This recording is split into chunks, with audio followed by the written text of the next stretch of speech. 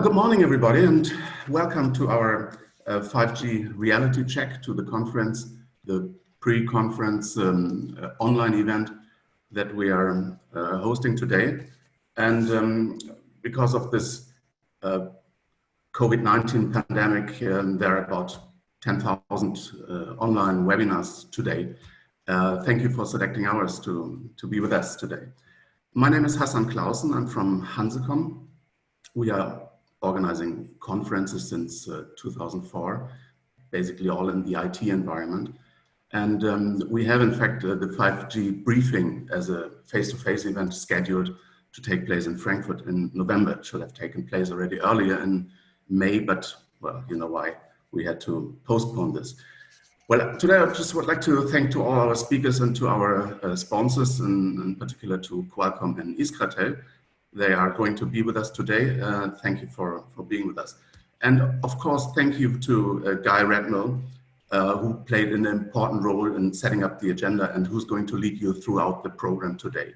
He did this at other events before in Frankfurt, in Paris, and Istanbul, when we were hosting similar events as face-to-face events.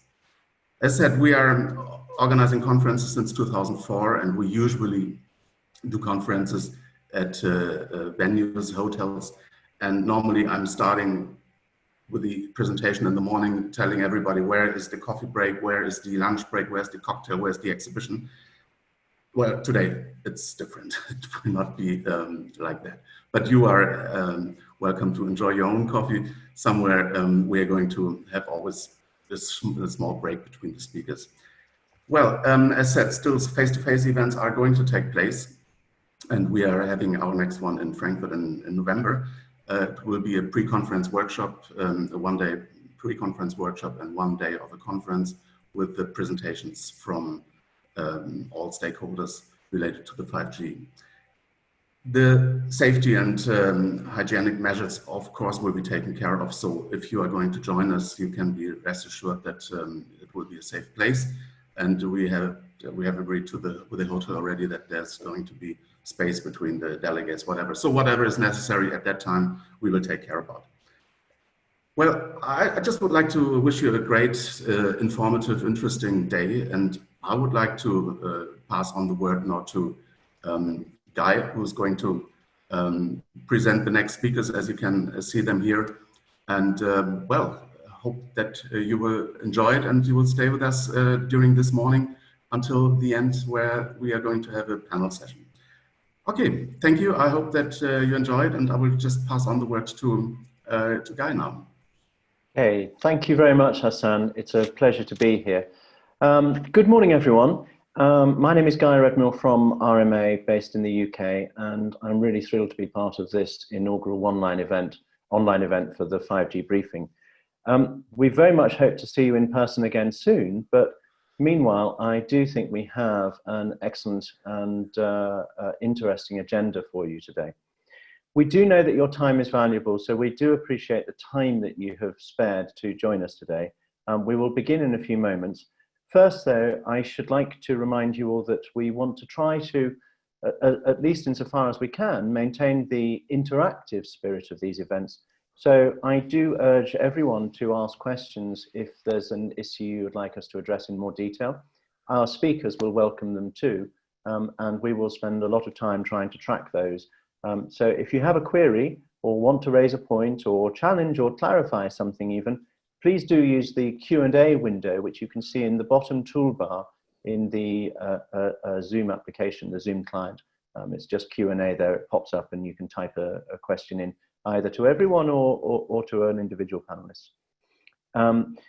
If you do have difficulties in operating that, then perhaps you might like to write directly to Hassan, and he will then make sure that we address the question in due course. As usual, slides will be available after the event. Hassan will let you know when you can download those. And I think it's also being, in fact, I can see it is being recorded. So if you have to drop out or leave us for a period of time or wish to share in the future with a colleague, then of course there'll be a chance to catch up with that thanks to the online viewing that we'll be enabling. So we have a number of things to get through. All of our speakers are here, eagerly waiting. So let's now turn to our first speaker. Standardization is a hugely important topic, and one which we at RMA are beginning to research extensively for another project with which we're engaged. So it is really a great pleasure to welcome back Georg from 3GPP, who is both an expert on the topic and an excellent and frequent contributor to these events. So welcome back, Georg, and the floor is yours.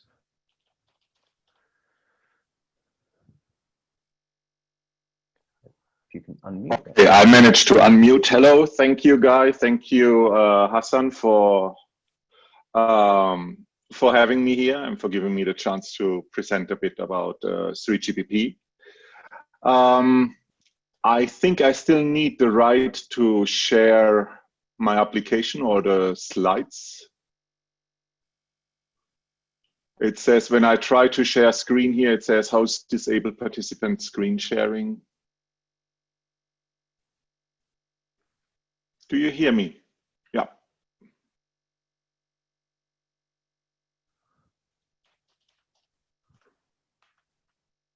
Ah, now it works. Now I got the right. Thank you so much. And we can hear you perfectly. Thank you. Good. Thank you so much. And can you see the slides now? We can. Perfect. Okay, now it does.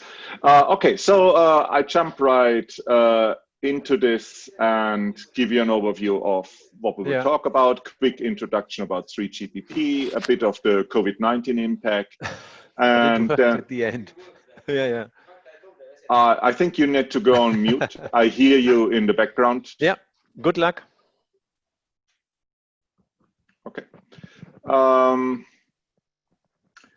Then we go into 5G. What is 5G? A very basic overview and the vertical use cases. I focus a bit on the whole vertical issue because I think this is the central point of 5G as we are looking at it now. And then a summary. So what is 3GPP? It's a global standards organization for mobile communication. We are around for around about 20 years, a bit more now. We have around 700 active companies from all over the world actively participating. It's structured in the way as you see it here on the left-hand side. So we have 3 so-called TSGs or plenaries, one for radio access, one for services and architecture, and one for the core network terminal, or as we say then, the protocols. These TSGs, they are subdivided into working groups, and all of them meet in face-to-face meetings. Not nowadays, of course, but usually throughout the year, 4 to 8 times. So we come up with a total of meetings, around 140 meetings every year of 3GPP working groups. Obviously, not everybody goes to all the groups, but this is sort of the number we have and the different areas we work on. We structure our work in releases, so always a set of functionality goes into one release, and these releases are put out every 15 to 24 months. And then we have these generations of mobility, 3G UMTS, 4G LTE, or now 5G, and they're around about every 10 years we come up with a new generation. Well, we will see if this is still true for 5G, or maybe 5G sticks around for a bit longer. We are contribution driven. That means if you have an idea, you have to write it down and you have to show us how you want to change the standards that we define. And only then we will be able to discuss it. We are based on face-to-face meetings, nowadays on e-meetings, but you really have to participate in person in our process. The mailing lists are only a side issue in our way of making decisions. And then we are consensus based, and that means nobody in the room should say no to any agreement or approval that we do.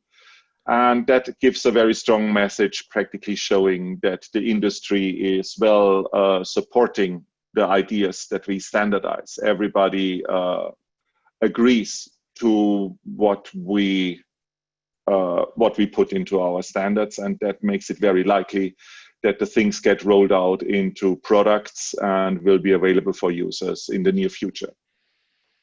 On the COVID-19 impact, well, for 2020 now, we canceled all our face-to-face meetings, and we don't really know when we will be back on normal. The planning at the moment is that till the end of 2020, we only have e-meetings. Now, the e-meetings are held in a very different style, obviously, as the face-to-face meetings. Most of them go over 2, some of them even over 3 weeks. We gained a lot of experience over the last 5-6 months on them, so we're trying constantly to improve. The leadership is talking amongst each other on how to set up better rules and better tools. But we see the output of the e-meetings is still of high quality, so people are able to agree on solutions and bring them into the standards, so the progress is there. But the output, like the quantity of the output, that has gone a bit down, and we are still working on improving that. It's getting better. In the Q2 already it went better, but we were still working on improving it. So what is 5G? And I give a very basic overview there. And the main thing I want you to remember is that 5G is practically we're building 2 skyscrapers. One is the smartphone evolution. That is practically the good tradition we are coming from, 3G, 4G, and so on. We are caring for the user who has a phone in her or his hand and is browsing the internet, making phone calls, and so on. We're giving better service quality, more bandwidth, better coverage. All these things we think of and improve under this sort of headline of smartphone evolution. But then we also have a completely new skyscraper that we built, and that is the service enabling revolution, where we practically go out to what we call vertical industries or third parties. That means companies and industries whose main focus is not telecommunication, but they want to use the 5G network, the 3GPP standardized network, in order to run their services over it. So on this slide, you then see the basic outline, or what was the basic idea of going forward with 5G. So we have this triangle that practically defines the cornerstones of what 5G should be about. So it's on the top, it's enhanced mobile broadband that is giving you more bandwidth, more service quality. Then on the one corner, we have massive machine type communication. Nowadays, we call this IoT, Internet of Things.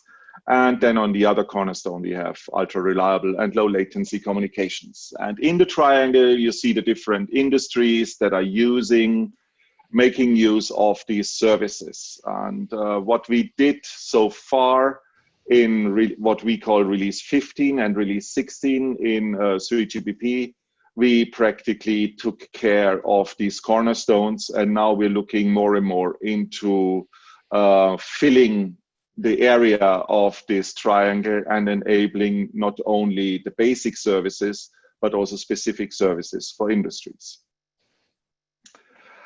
I won't go too much into this slide here. It just shows that the need from these outside industries, from these third-party industries, the requirements that they have on the network, those we took very seriously, and it resulted in a completely rethinking and reshaping of the way 3GPP works, of the network architecture, of the protocols, of practically everything that you know from the mobile environment. So all our thinking that was more or less centric to the smartphone and to the operator has changed and evolved into providing a flexible service enabling platform, not only for operators, but also for a large number of industries. And on this slide, you see what we came then up with. that is a very rough overview of what 5G could be understood. So it's you have the hardware as a base, but we completely virtualize the hardware. So the network itself, you have to see that these are virtually instantiated logical entities that run on the hardware.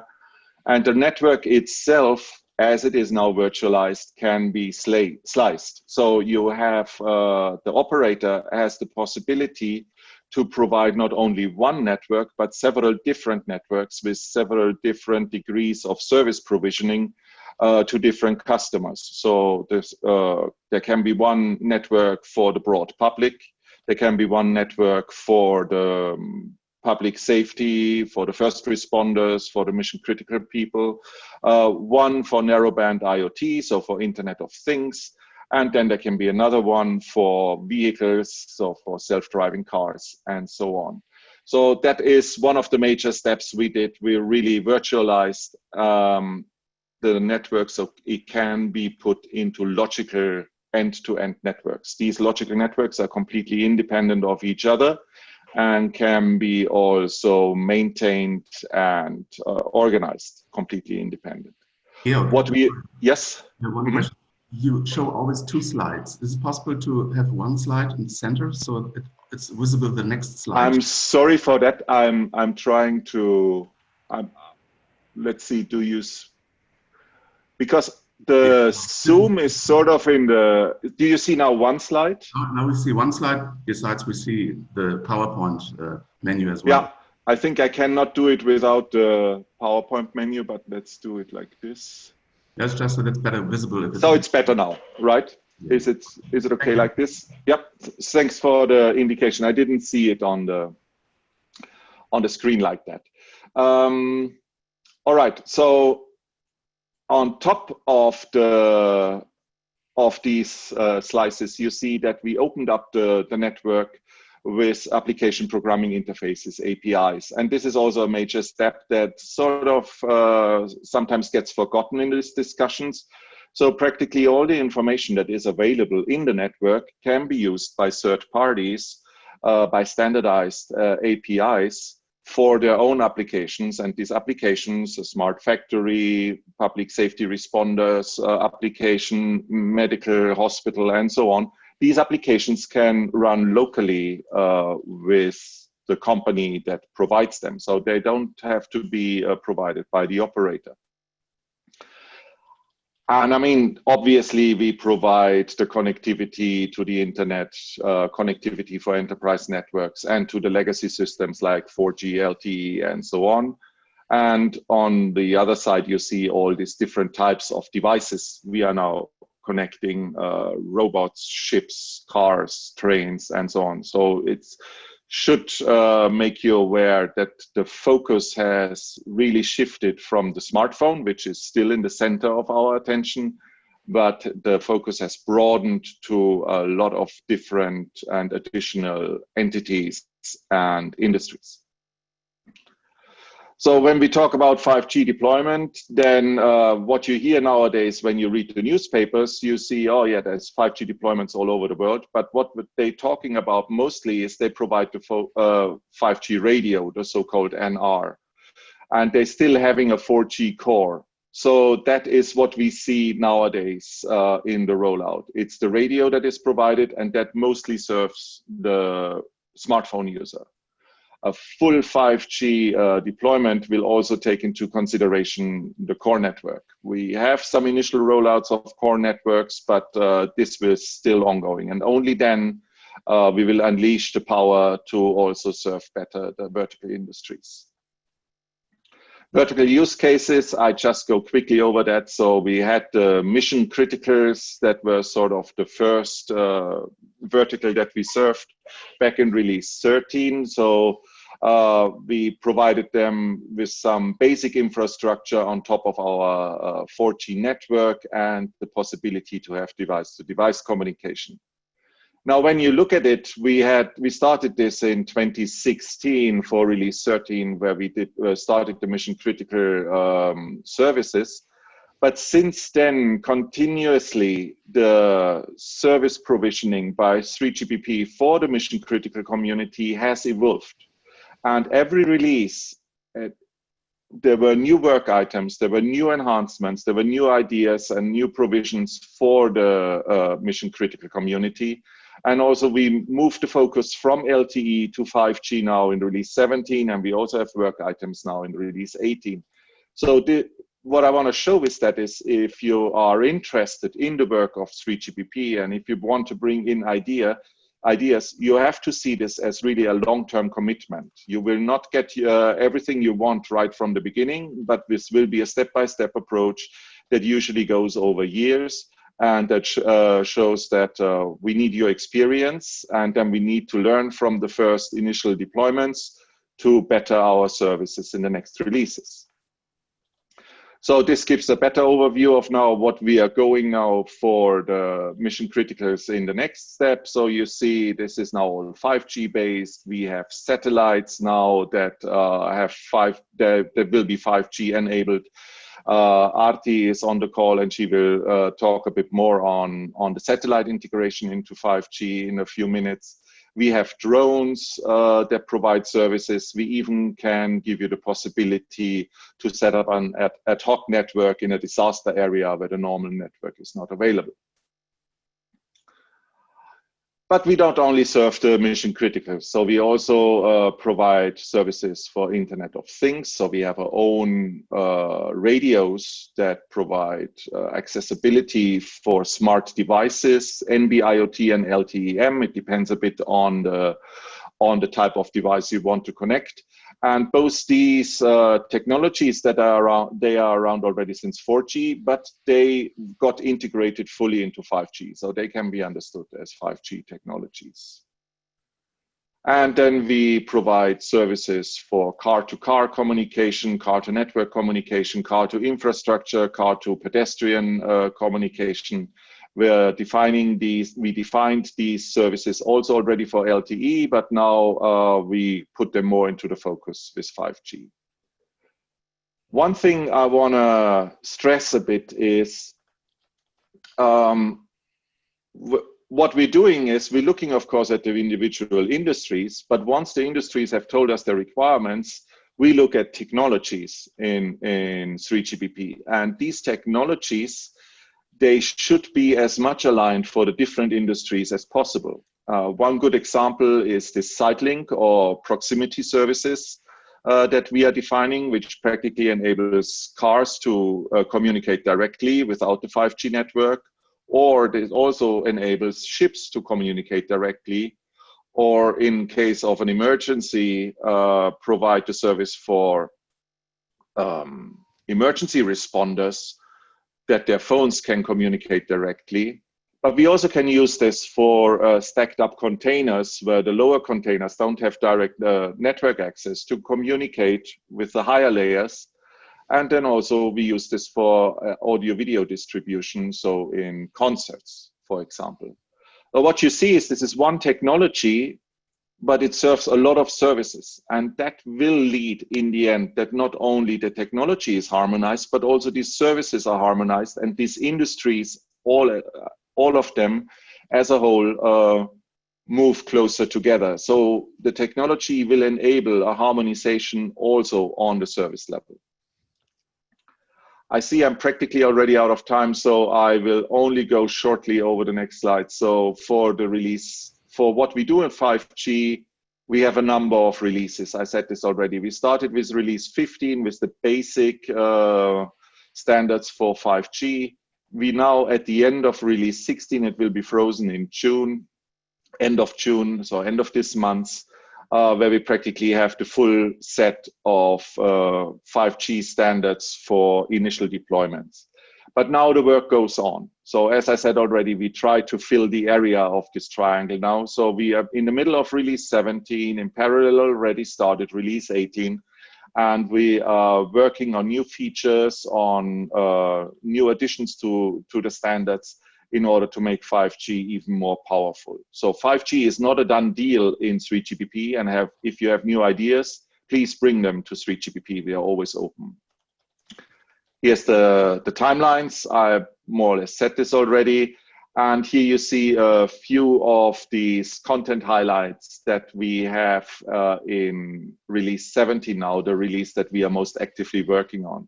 So we have a number of enhancements on existing services, on slicing, network automation, narrowband IoT, and so on. So these are services that we have already, but we enhance them continuously. Some of them are already in the third phase. We'll go into the fourth phase later on, and so on. So these are continuous endeavors. And then we have new features. The proximity services that I stressed already. We will have broadcast and multicast services that will also be widely used by different industries. We have, as I said already, the satellite integration. That is, from my perspective, one of the most powerful and thrilling things we are doing, that we really will have 5G access via satellites, native, and so there will be an integration of the satellites into our infrastructure and ecosystem.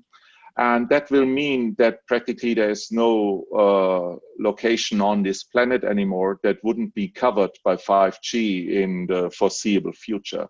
This is really a great step also from a business perspective, obviously.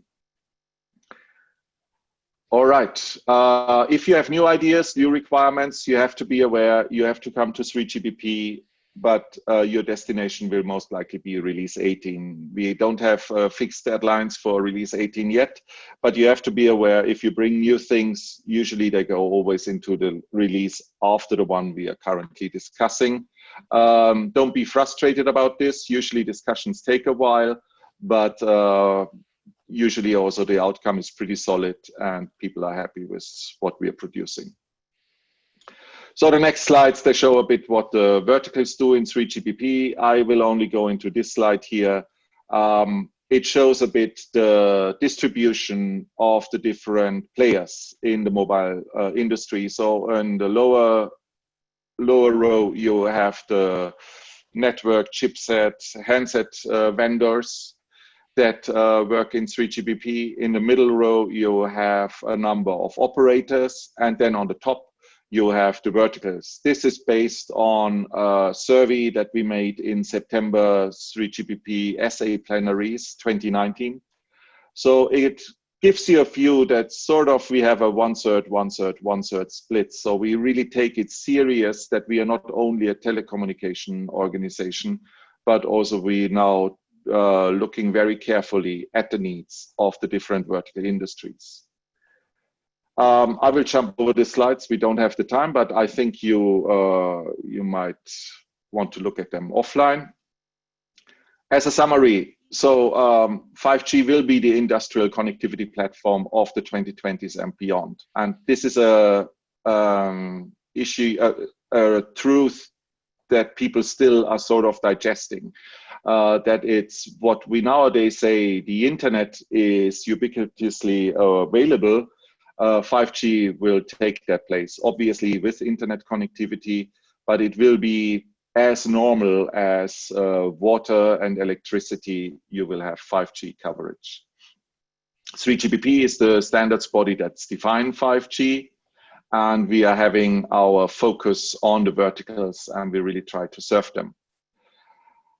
So 5G is not a static stand of standards. As I said, be aware we are continuously evolving this into the future, and we are happy to welcome you to participate in our work. So if you have ideas, please come and join us. And that concludes my presentation. Thank you. Yeah, that's wonderful, Georg. Thank you so much for such a comprehensive overview. And it's particularly pleasing to see how the ecosystem has really extended to embrace the opportunities that 5G delivers. We don't have any specific questions from the audience about this presentation, but I have one, and I think we can all see from the media reports that 5G has become the fastest growing generation of any mobile technology to date. And obviously that's a tremendous tribute to the work that 3GPP put in beforehand in driving forward standards and bringing the community together. But so far, in your opinion, is it meeting user expectations? I know we're in very early stages, but are we actually delivering what was promised? So, as I said on this slide, let's see if I find it here. Yeah, there are practically two deployment options. So what we're seeing now is this first non-standalone deployment options where there is the radio offered to the users. And people getting better services for sure than they got with LTE, faster connectivity, most likely also more reliable on their smartphones. That is great. And that is, from my perspective, part of what we promised, yes. But then the whole network flexibility that we can set up ad hoc networks anywhere if there's a concert at one place, that we can have small cells integration, and of course that we serve all these vertical industries. That is truly a next step, and that's the big step for 5G, where we have to also deploy the core network. And that is something that still takes a bit more time. Also now, of course, with the Corona crisis, this got a bit halted. But what we see since we have the first 5G deployments is that suddenly the industries getting more and more ideas on what they want to do with 5G. So I think this sort of, it's not a delay, but this two-step approach that we have is actually quite good, because now people see what they can actually really do with this 5G radio, and they can build new visions, new ideas, and bring new requirements. But still, it's a long way to go. I guess we will still look for the next 5 years until we see full-fledged deployments that will be used by autonomous cars and so on. And it will still be a thrilling time. So we're in the middle of the rollout. We haven't completed it. Okay, so too early to tell, but we shall return to this topic during our panel. So thank you once again, Georg. That was excellent and a great introduction to start our proceedings today. I should now like to invite Henri Korpi from Elisa to take the floor, and he is going to introduce us to the topic of automation and explain how one can win in 5G with appropriate levels of automation. So, Henri, over to you. Okay, thank you, Guy. I will try to share my presentation here. Here, I think that you should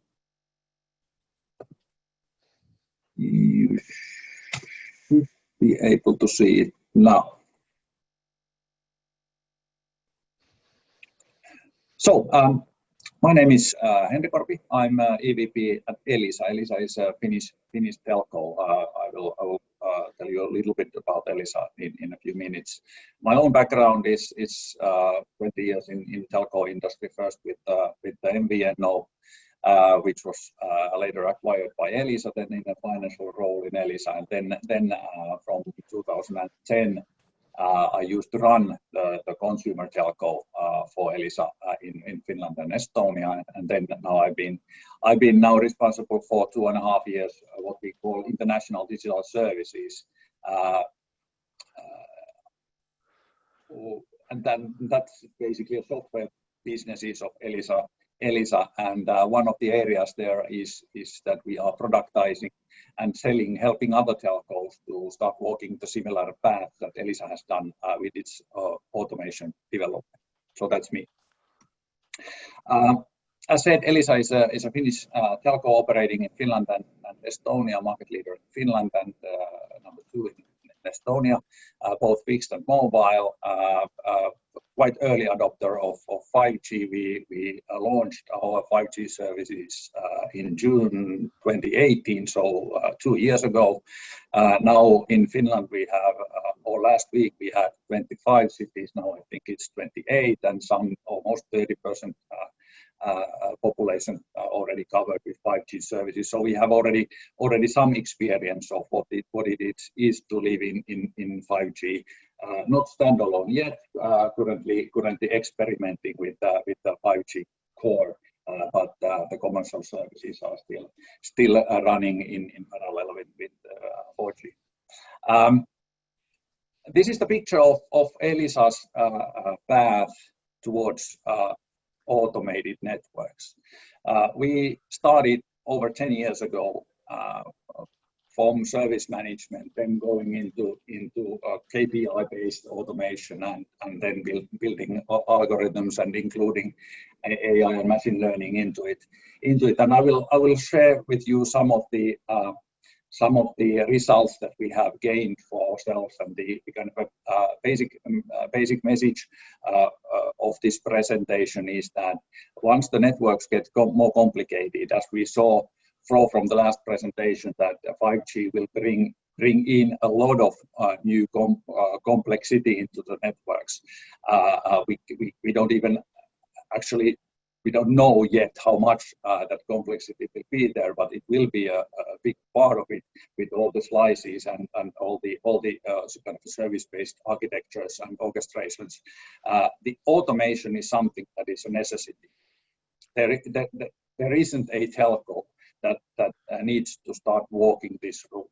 It's not only for the making sure that the customer experience is secure, but it's also because of the cost.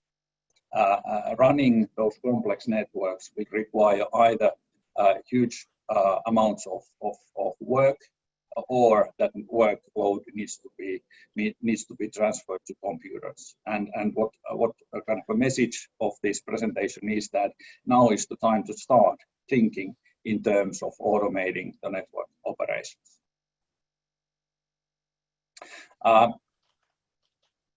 This is our curve for the past 10 years or so. What we said when we launched 4G services, or even a little bit before we launched the 4G services, we decided to stick with the unlimited pricing model, which we already then saw that is the future of at least the broadband side of offering. It makes sense for the consumers. They understand what the speed is. They don't understand what a megabyte or gigabyte is, but what they understand is that more speed, the better service you get. And we already back in 2010 decided to stick with that kind of a model. Everybody in the market, basically all the consultants, all the vendors, all the analysts, everybody thought that we were mad. Our OPEX and CAPEX would go through the roof as the usage would grow exponentially, which it did, and that built us a problem. And obviously we understood that we need to do something, and what we decided to do is build extensive automation for all of the network processes that we have, from the planning to the rollout and then to the really operating the networks with the service assurances and so on. And by making sure that all the manual work that typically is being done in operating a network, we were able to keep our OPEX and CAPEX, both of them, flat over the course of 10 years. Even though our usage, or our customers' usage within our networks has over 100-folded in average, and that is something of a remarkable proof point that the automation can really help a telco to overcome that threat of increasing OPEX and CAPEX when the complexity and usage of the networks grow.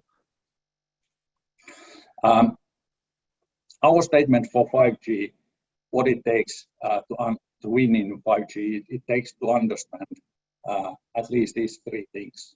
One is the 5G, at least the broadband part of it, will be unlimited. The reason behind that is that the 5G speeds will get so high that the ability of the customers to understand how many bytes they will be transferring will disappear totally. If there was any in 4G, in 5G there won't be. The differences of how fast you can download a movie, how fast you can transfer a very big presentation through the network, it will vary so much that the customer will lose totally the control of cost if it is not unlimited. So we believe that the trend towards telcos launching unlimited services will get stronger and faster as we launch new 5G networks. 5G, to be economically feasible solution, cannot increase cost, and in order to be able to achieve the situation that we can serve with the similar cost base that we currently have, more complex networks that have more base stations, that have more layers, it needs to be autonomous. It is simply impossible to sustain the financial mathematics of 5G without going into automation. And the automation will transform. It is not only the tools, but it will transform all the processes within a telco. So what 5G will bring? It will bring new tools that will require us to think through our own processes, working methods, our capabilities within our organization. This is the current pricing methodology that Elisa applies in its consumer business in Finland. Basically, the more speed you get, the more you pay, and you also get a new technology when you pay more. We did exactly the same stuff when we launched make the transfer from 3G to 4G. We monetized the technology, we monetized the speed available to customers, we monetized the better customer experience that 4G brought, and we think of doing exactly the same with 5G. And this far, it seems to be working quite okay, and it seems that this is the financial results that came out of this, as we were able to actually increase the average expenditure per customer by selling them more speed and better experience, led with the automation development that helped us to keep our OPEX and CAPEX flat, as you saw, has helped Elisa to become one of the most successful telcos, at least publicly listed telcos of the world. Well, there are a couple of ones who have been better than us, but we are proud to have been the number 3 in total shareholder aggregation over the past few years.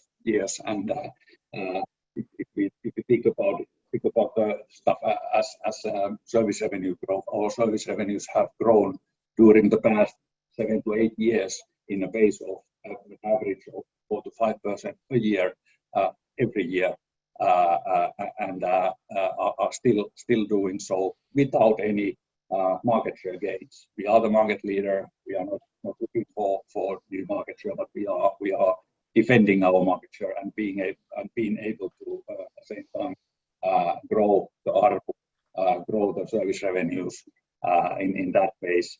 And the key to that has been the unlimited pricing model, and the key to being able to really monetize that model in profits has been our ability to invest into innovations in automation and which have helped us keep the cost base flat. So this is the stepping stones or steps that we think that any telco wanting to start the automation journey, we see that as a journey, not a single project or a selection of tools and then implementing them. It's a journey that need to be ready to invest your time and effort and thinking, if not money, also to development of these capabilities in the long run. First, you have to have a decent data management capabilities on place that you can collect and understand what is going on in your network and collect that data into something that you can use to make that really an information. Then you can apply analytics on that to really understand what is going on, what is happening. Then you can start implementing even further analytics, putting machines into play and to learn what can be done and what is causing problems or opportunities in your network. And on top of that information, you can build automation. Automation without really deep analytics and information capabilities is something that you just simply cannot do. And that's why it is so important to understand the basics of data management and analytics. The basic data engineering must be first on place, then you can start applying data science, and only after that you can go to automation. What that has led us, there is an example from our network incidents across our fixed and mobile networks. By implementing these capabilities, first to understand what is going on, then gradually, based on that analytics, implementing automated measures into the network, which then have automatically created tickets or corrected the problems. We've been constantly able to prevent, understand what a problem before it occurs and correct it before it has a customer effect. And currently we are in a situation where we have some 30% of the incidents left in absolute numbers that we had in the beginning of 2011. And of those, we can predict and correct over 90% before they have customer effect. So you can only think of what has been the changing customer experience. We built and launched the whole 4G network, big parts of the 5G network, big rollout of fiber across the countries, and yet we only have about 30% of the incidents left, and 90% of those incidents can be predicted and corrected before they have a customer effect. So customers see only a fraction, a very small fraction of the problems that they saw in 2011. And if you think about what kind of influence that has had into our cost base, you can start understanding how the automation really drives your cost down. It is not only the reduction of workforce in your NOx, which obviously is one source of savings, but it is the whole process savings from being able to serve your customers more reliably. Talking about NOx, this is one of the ready-made software products that we are selling to other telcos to help them to walk the same path that we did.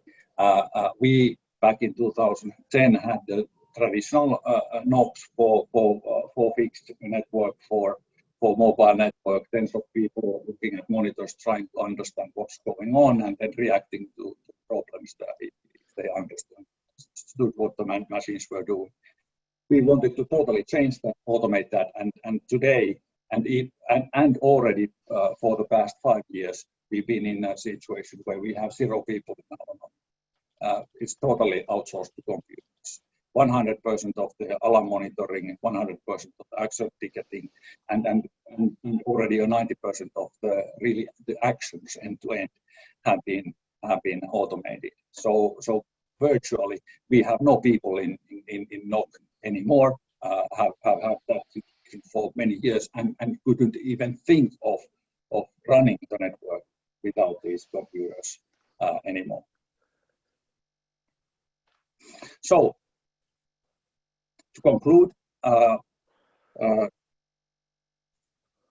what I do believe and what we do believe, that what it takes to win in 5G is these three things: is to understand that the broadband side of 5G will be unlimited. The customer demands will drive it there. And that is a huge opportunity for value creation for customers and value capture for them. It's a huge opportunity. We've proven it, it can be done, and we are continuing to do it in 5G. What it requires is for us as telcos to really push ourselves into the automation of the network. 5G will bring so much complexity on top of what we already have, and those 4G networks they are not disappearing anywhere. So 5G will increase the complexity of the network multiple folds, and in order to be able to financially, sustainably execute that, we need to build autonomous networks that serve better our customers, that are cheaper to run than the current networks. And the kind of going into deep automation in all of your network processes is a key. And what that then requires, it requires a transformation of your processes, your workforce, your systems and abilities. Without that transformation, the tools will only do a fraction of the thing. You really need to think through in a new way how to operate, how to manage, and what kind of people you need for that. So these are things that at least I do believe that are required for a telco to win in the 5G world. If you want to know more about these things, you can follow us on LinkedIn, or you can go to our webpage to download our white papers. Here is the one of the newer ones, not from the operation side, but from the optimization side, how we can keep the electricity bill not growing when we are launching a lot new infrastructure in the networks. Okay. Thank you, Henri. That's excellent. I think you made a very compelling case for the introduction of automation in order to constrain those costs associated with 5G deployment and indeed operating your parallel legacy networks. Yes, I have read the white paper, and it certainly also argues a case for enhanced sustainability in the future. So another interesting topic to which we can perhaps direct some discussions in due course. Meanwhile, I do have a question from the audience, and this goes right back to the beginning of your presentation, in which you showed your pricing models and you outlined the differences between 5G and 4G and so on. So the question is, how can you monetize 5G beyond speed-based pricing models? Do you have any ideas or suggestions that you can share here?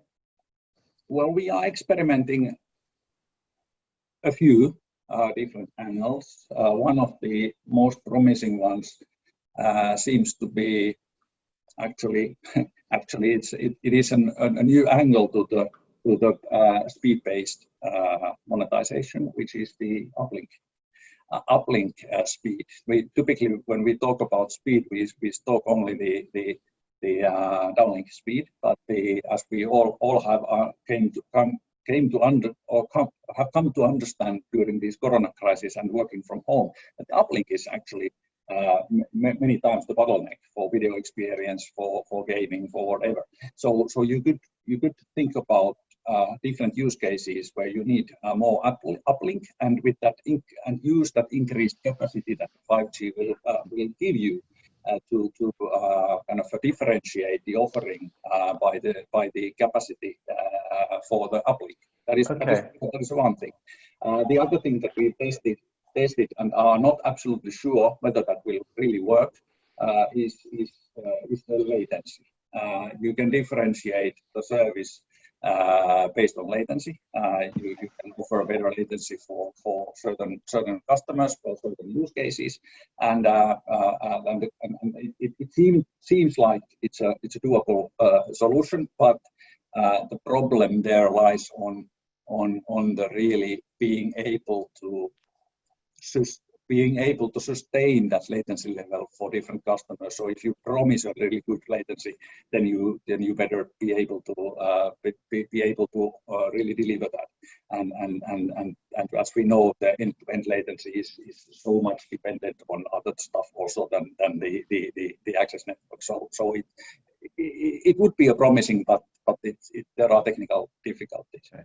That's very interesting. If I were looking at the audience now, I would see heads nodding, because I can see already from the Q&A there are people agreeing with the need to have full end-to-end control in order to really manage latency right out into the RAN. So that's an interesting topic. So your answer then to the questionnaire is essentially twofold. Firstly, you're looking at differentiation in terms of quality of service parameters, and secondly, you're also looking at maybe emphasizing the asymmetry that customers might receive, whereas today the focus has been on download. Actually, you need to consider the upload or uplink speeds and perhaps put more emphasis there in order to meet needs that have been exposed through the recent crisis. So those are good perspectives. Thank you very much. One last question before we move on. The same person is saying a further comment. It's very hard to deliver the latency promise without knowing the end-to-end setup. So I suppose you would agree with that, Henri? Absolutely. Okay, wonderful. Thank you very much for the contribution, Henri. That was a really compelling vision of what you've achieved, and also nice to see how it translated into real value for the business, not just for the customers, although of course that was your primary driver.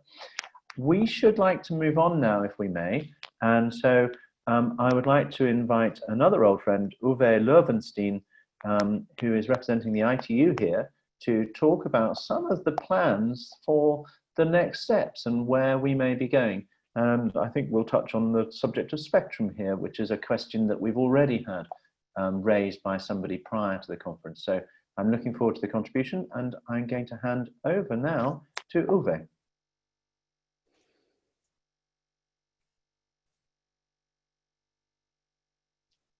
Hello. So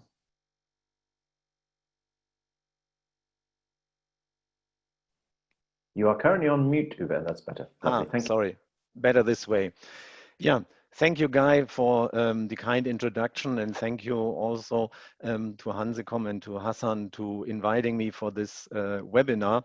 And to keep the introduction quite short, until end of April, I was still with the mobile industry with a pan-global operator. And now since May, I have joined the ITU here, representing the ITUR Study Group 5 Counselor task. And as such, I was asked to give a brief introduction on the spectrum perspectives of 5G. And as you can see in my background in ITU, we have been founded back in 1959, and since that time ITU is the responsible fora and entity with more than 109 participant countries to talk and explain about spectrum, which I'm going to do now as the result of the World Radio Conference. If I'm not mistaken, you should see now one big screen with my header. Is it correct? You're marginally mistaken. We can't actually see your screen just now. Okay, so let me try like this. Okay, lovely. Thank you so much. We can now see that very clearly, Uwe. Okay, so now I'm starting the presentation. And if I swap, you should even see a big screen. Is it correct? Yes, that's wonderful, Uwe. Thank you. Okay, so we were starting off with a brief introduction of the World Radio Conference. These were 4 weeks, end of last year, where we met in Sharm el-Sheikh. Altogether, we have been more than 3,400 delegates from around 165 nations, and we had more than 350 sessions. And why am I telling you this statistical information? Just to show what the World Radio Conference influences in terms of spectrum assignments, and also the responsibility is shown there. And with the Olympiad of Spectrum Experts, to quote an unknown person, I think we have done a very tremendous job together with all the participants, because the final acts, the radio regulations to be implemented, consisted of 567 pages. For your convenience and the convenience of the participants, I have enclosed the link, which will be made available after the conference. When we now look into the results, in particular, as we have a webinar about 5G, I picked out the 5G related spectrum decisions. We have the agreed 4 new spectrum bands, which I think to the audience are quite known so far. We have the 26 gigahertz band, we have the 40 gigahertz band, we have the 40 to 50 gigahertz frequency range, which has been identified by a footnote, and we have the 66 to 71 gigahertz frequency range, also for global IMT identification. As such, as a result of the World Radio Conference, there's 17.25 gigahertz of new spectrum for the mobile service been allocated last year, and it's now up to other responsibility for us to develop according band plans and according implementation measures. For instance, in Europe, the 26 gigahertz band must be made available. There's an EU Commission implementing decision by end of this year, has to be awarded in each of the European Union member states at least 1 gigahertz of the spectrum in the very interesting 26 gigahertz frequency band. But also the higher frequency band has already started to work, whereas CEPT, the relevant European fora, has already started at its first meeting in January this year to work on the band plans and the according sharing studies. And also the European Commission is about to issue according mandates to CEPT to make these frequency bands available in due course following the WRC 19 decision. But not only decisions for right now have been made, but also for the next study cycle. So we expect the next World Radio Conference to happen in the year 23. We have 3 frequency bands, the upper line you see, which are quite familiar to us. So we will be reviewing the spectrum below 960 megahertz, and we have some review of the 3.3 to 3.4 gigahertz, as well in particular in Europe and the Americas, the review of the 3.8 gigahertz band. But also they have 3 new bands already pre-identified to perform studies, which are in the range 4 to 20 gigahertz, which you can see in the lower line, which also comprises, by the way, the upper 6 gigahertz band, where we have recently seen in the lower 6 gigahertz band the development across the globe towards radio LAN access services. And not only on the terrestrial frequencies, ITUR, World Radio Conference, has made decisions, but we have, for instance, also an agenda item which is going to be analyzed in the future, which is the mobile connectivity by high altitude IMT base stations, which is also called HIPS, which is the further evolvement of the already known HAPS, high altitude platform systems. And there will be also decisions about the regulatory provisions which have been revised for the RLANs to accommodate indoor and outdoor usage. So this is the spectrum related decisions, but of course there are much more agenda items which will be addressed at the future World Radio Conference. Some of them I have listed here as well.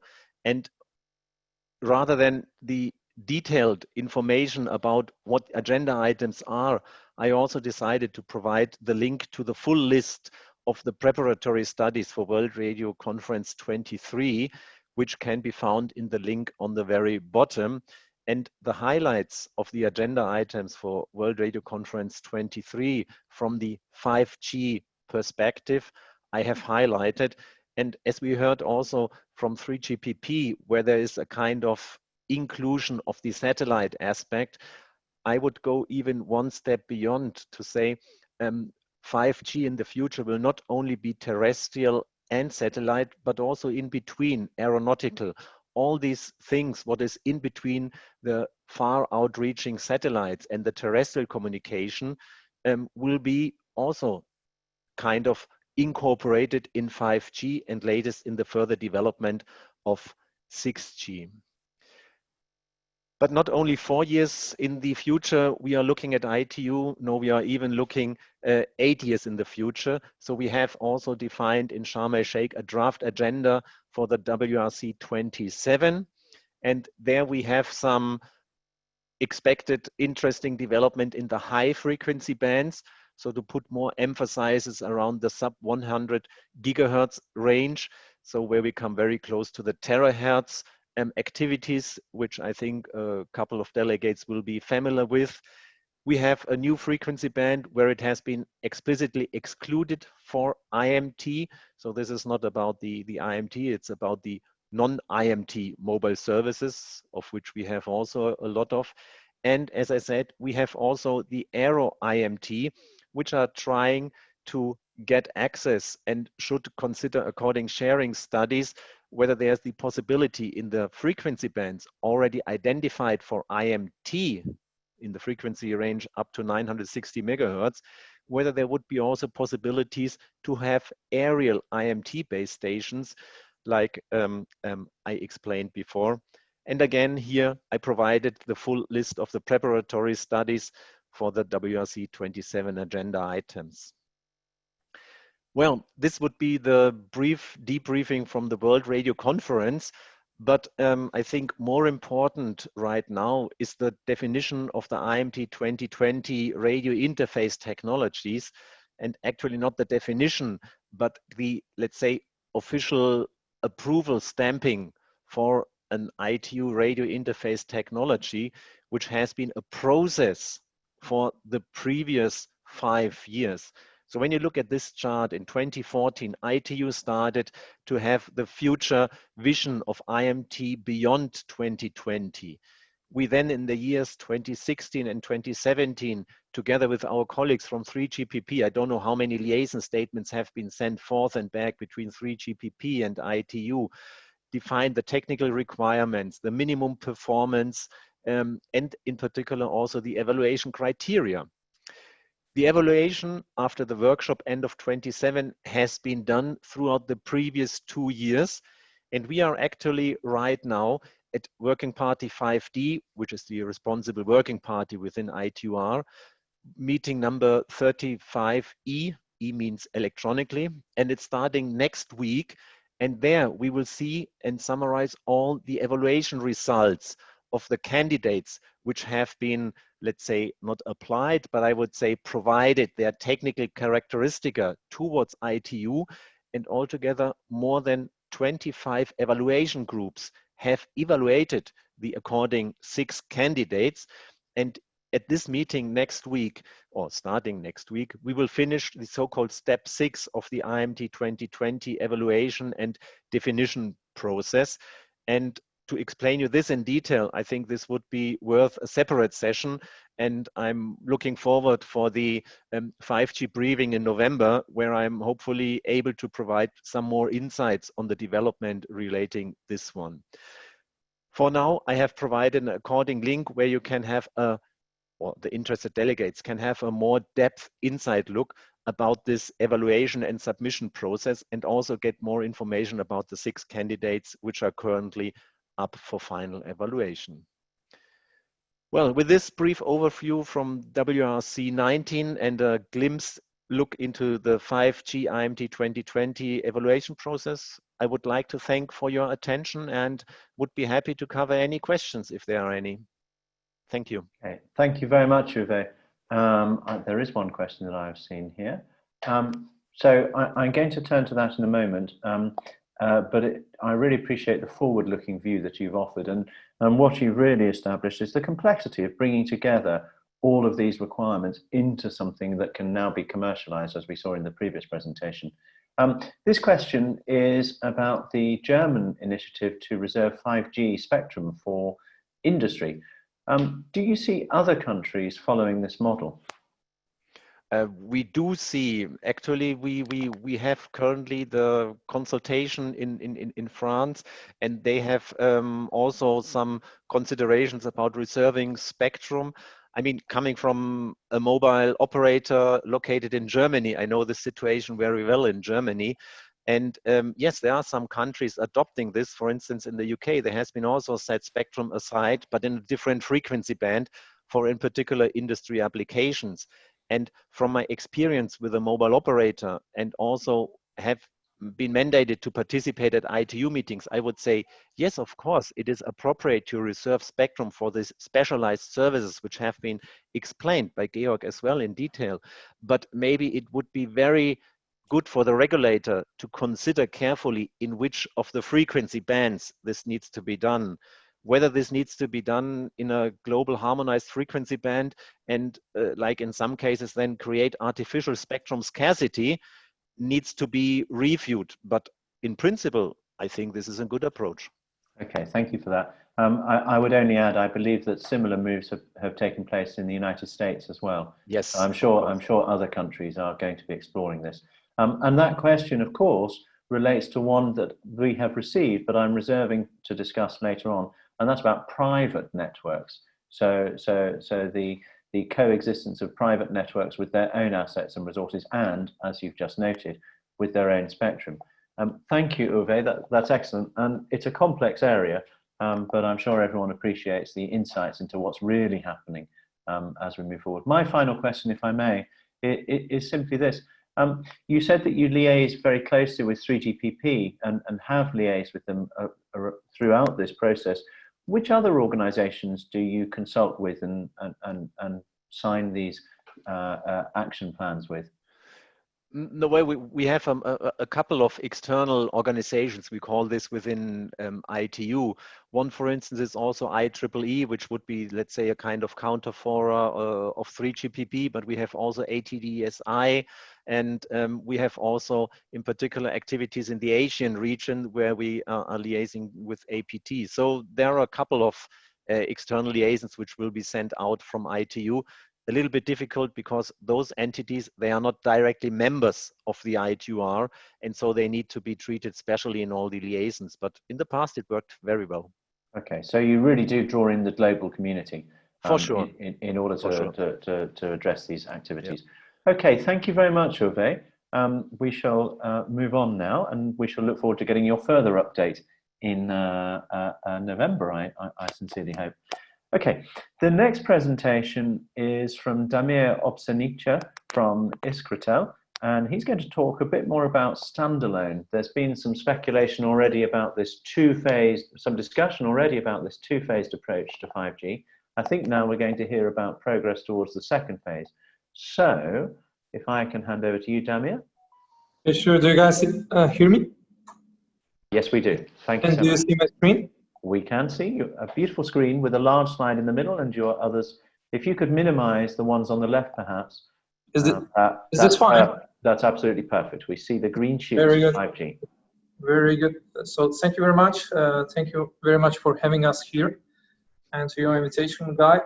So I'm kind of catching immediately, you know, two words or two kind of questions you raised before. So the private networks and the spectrum. For the industry verticals. Those two are kind of Iskratel's one of the biggest challenges. For some of you don't know, Iskratel is situated in Slovenia, so this is European Union, and this year is quite significant for us because we have all the spectrum auctions for the 5G spectrum ongoing. And there is a kind of a big kind of a strategic discussions as well around the industrial spectrums. So that's definitely the hot topic. And I think Slovenia, we believe in 2021, will be one of the first countries as well to release the industrial spectrums for the digitalization of the industries, where we believe basically we can play a significant role as well. So in regards to the discussions around the 5G, a little bit as well, who we are, how we are positioning ourselves in the area of the 5G. So we were awarded already in 2017. We were awarded with the first 5G project. That was a kind of a pretty much new thing for the whole Europe. And we started basically analyzing of the 5G from the perspective of the safety. This is the part that somehow I will touch upon in more details in one of the slides. But this was one of the things that we immediately identified as the need and as the case that somehow will be very important for the social situation. And this is how the 5G and the technology that comes in can be used for the saving lives. On top of that, we identify a couple of more use cases coming directly from the industry, coming directly from the experience that we were building in the last 10 years. In regards to the smart cities, in regards to the energy and utilities, in regards to the transport solution, and in regards to basic industry 4.0 stuff. All of that, I think so far we were handling through the different initiatives around the industrial IoT, and I think with a catalyzation that came out of the 5G technology, we finally have a kind of a yin-yang solution that should lead us basically to the success of those use cases that we're addressing. So how this all sits together, 5G and IoT, and why we think that basically it's unlocking the industrial use cases. I think in the middle of the circle, it's usually what you guys can kind of think when you do the standardization stuff, and you do the kind of networking stuff, and you're kind of thinking about it in a similar way like you did basically when you were building the networks for the 2G, 3G, 4G wireline networks and everything that basically came out until today from the kind of telco communication side. What is kind of making a very interesting convergence is how is basically this converged, not just basically with a telco and mobile, but how is this converged with IT and how is this converged with the industries? We in Iskratel believe that there is a kind of interesting momentum that without basically understanding how the smart remote locations look like, without understanding what are the kind of specific requirements of the mission critical and business critical environments in the private networks, and what are the specific requirements when it comes to the IT industry, we don't believe that there is a kind of case how you build basically inside of this circle. And finally, there is a statement below the picture. The thing that basically we strategically are moving and opening the 5G potential is exactly that. It's industry campus networks with a tailored and specific solutions for the particular use cases. So there are two pillars, or kind of two standing positions that we define as well couple of years ago. What needs to kind of be done and what we need to kind of invest to make the campus and private networks as such useful and make them basically successful for our customers. On the left side, you have what we call the stack for building the successful industry IoT system. That is defined through two kind of identifications. One is the areas of expertise that you build, and another one is the non-functional requirements that you kind of as well need to secure. If you position yourself only about talking about the connectivity, very usually you're just a single line in all of the industry pictures. Talking industry 4.0, talking in energy, talking all of the transport solutions, in majority of those industrial things, you see that basically connectivity is just the first line somewhere. And I think that the real kind of disruption comes basically from the middlewares and applications. What definitely needs to be there, and because of the major KPIs like efficiency, like security, like safety, you need to have a robust solutions as well. Making any of those wrong, most probably for your partner, you will not serve the purpose.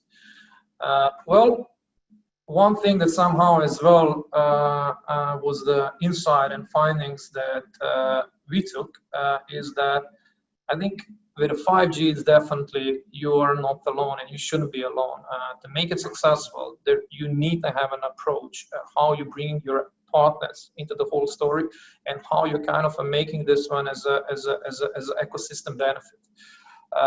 This is another kind of a pillar of how we're building our success, and I think through the couple of cases that I will show on this presentation, you will get a feeling basically what we mean by the ecosystem and how we build the ecosystem. Well, the first one that I mentioned, the PPDR and the concrete use cases, this is what we're doing for the Slovenian government. Ecosystem is quite large as well. Ecosystem is created with a tier 1 operator in Slovenia.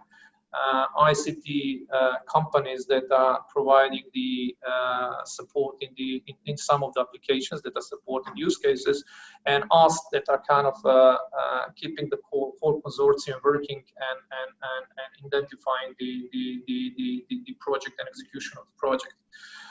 In particular, when it comes to for the people that want to be kind of more concrete with the products and so on, here the Iskratel has as well a particular component around the dispatcher, virtual dispatcher, that is pretty much known solution for the old safety users as such, like police, like army.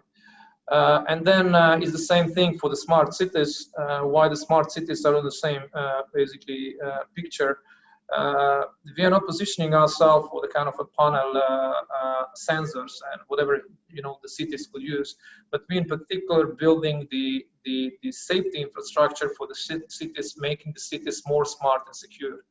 I think there is a kind of a pretty much visible connectivity between those two cases, and this is what we currently basically developing in a couple of towns in Europe, and I would say with quite some of the towns in the Russian region where we are presented in the Russian Federation.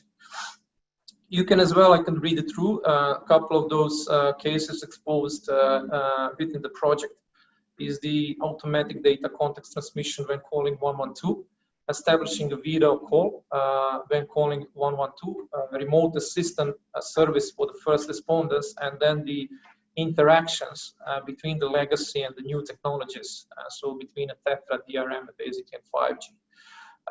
On the top, all of the, I would say, participants that are participating in the project have a need for the drone solutions because of the security and safety, and I think drones are basically the devices, the part of the devices that is as well being used as part of the PPDR project we are doing. Going further, another thing that basically made us kind of learning and made a basically big experience point for us was the smart manufacturing. Iskratel is a manufacturer. We took the need from the manufacturing side. We understood basically where the efficiency points are lagging at a moment, and we used 5G technology to put on top of it the things like augmented reality, artificial intelligence, blockchain technologies, and enabled that one to bring the efficiency factor of the industry first of all here, and then basically as well on the market that we are addressing. In particular, at this one, we as well are part of the 7 companies that are basically providing this solution, and while we are leading force for the consortium. Another one that is as well related to the know-how, and I would say another that comes as a pretty realistic 5G case as well for the 2020 and Iskratel is the usage of the 5G technologies and stack on top of the 5G technology for securing the needs of the electricity and distribution of the energy. We are supplying the smart grid in Slovenia with a 5G technology. All of the kind of monitoring and controlling capabilities of the smart grids has been basically transferred to the 5G as such. At the moment, because of the license situation, we are using what we can have basically on the LTE. But then at the end of the year, the plan is with the dynamic spectrum sharing on the 700. We take basically as well the 5G spectrum and introduce the 5G spectrum as well for the same solutions. And you have basically what we presented here. Iskratel is presented as well on the top of the 5G connectivity part with so-called the middleware solution we call Shape, and we see ourselves as pretty much shaped for the needs that we are understanding and learning out of the electricity and distribution and energy. Usually the slide that would for the telcos come at the first, we keep it basically for the end. So standalone, experience with standalone. Couple of crucial things about this one. We are not discussing about a migration of the LTE to the 5G. I think that's a passé, that's the whole thing. We are discussing about a migration of the use cases from the existing connectivity aspects to the 5G connectivity aspect. The only 5G connectivity aspect that we understand at the moment that can secure basically this one is a standalone. Why the Polcom on the right side is basically because we identified at the moment we cannot basically be active because we don't have devices. What we expect to have end of this year, we expect to have devices for the industrial cases on top of the 5G standalone solution that will be developed for the particular industry use cases. We are building it in the manner of the openness.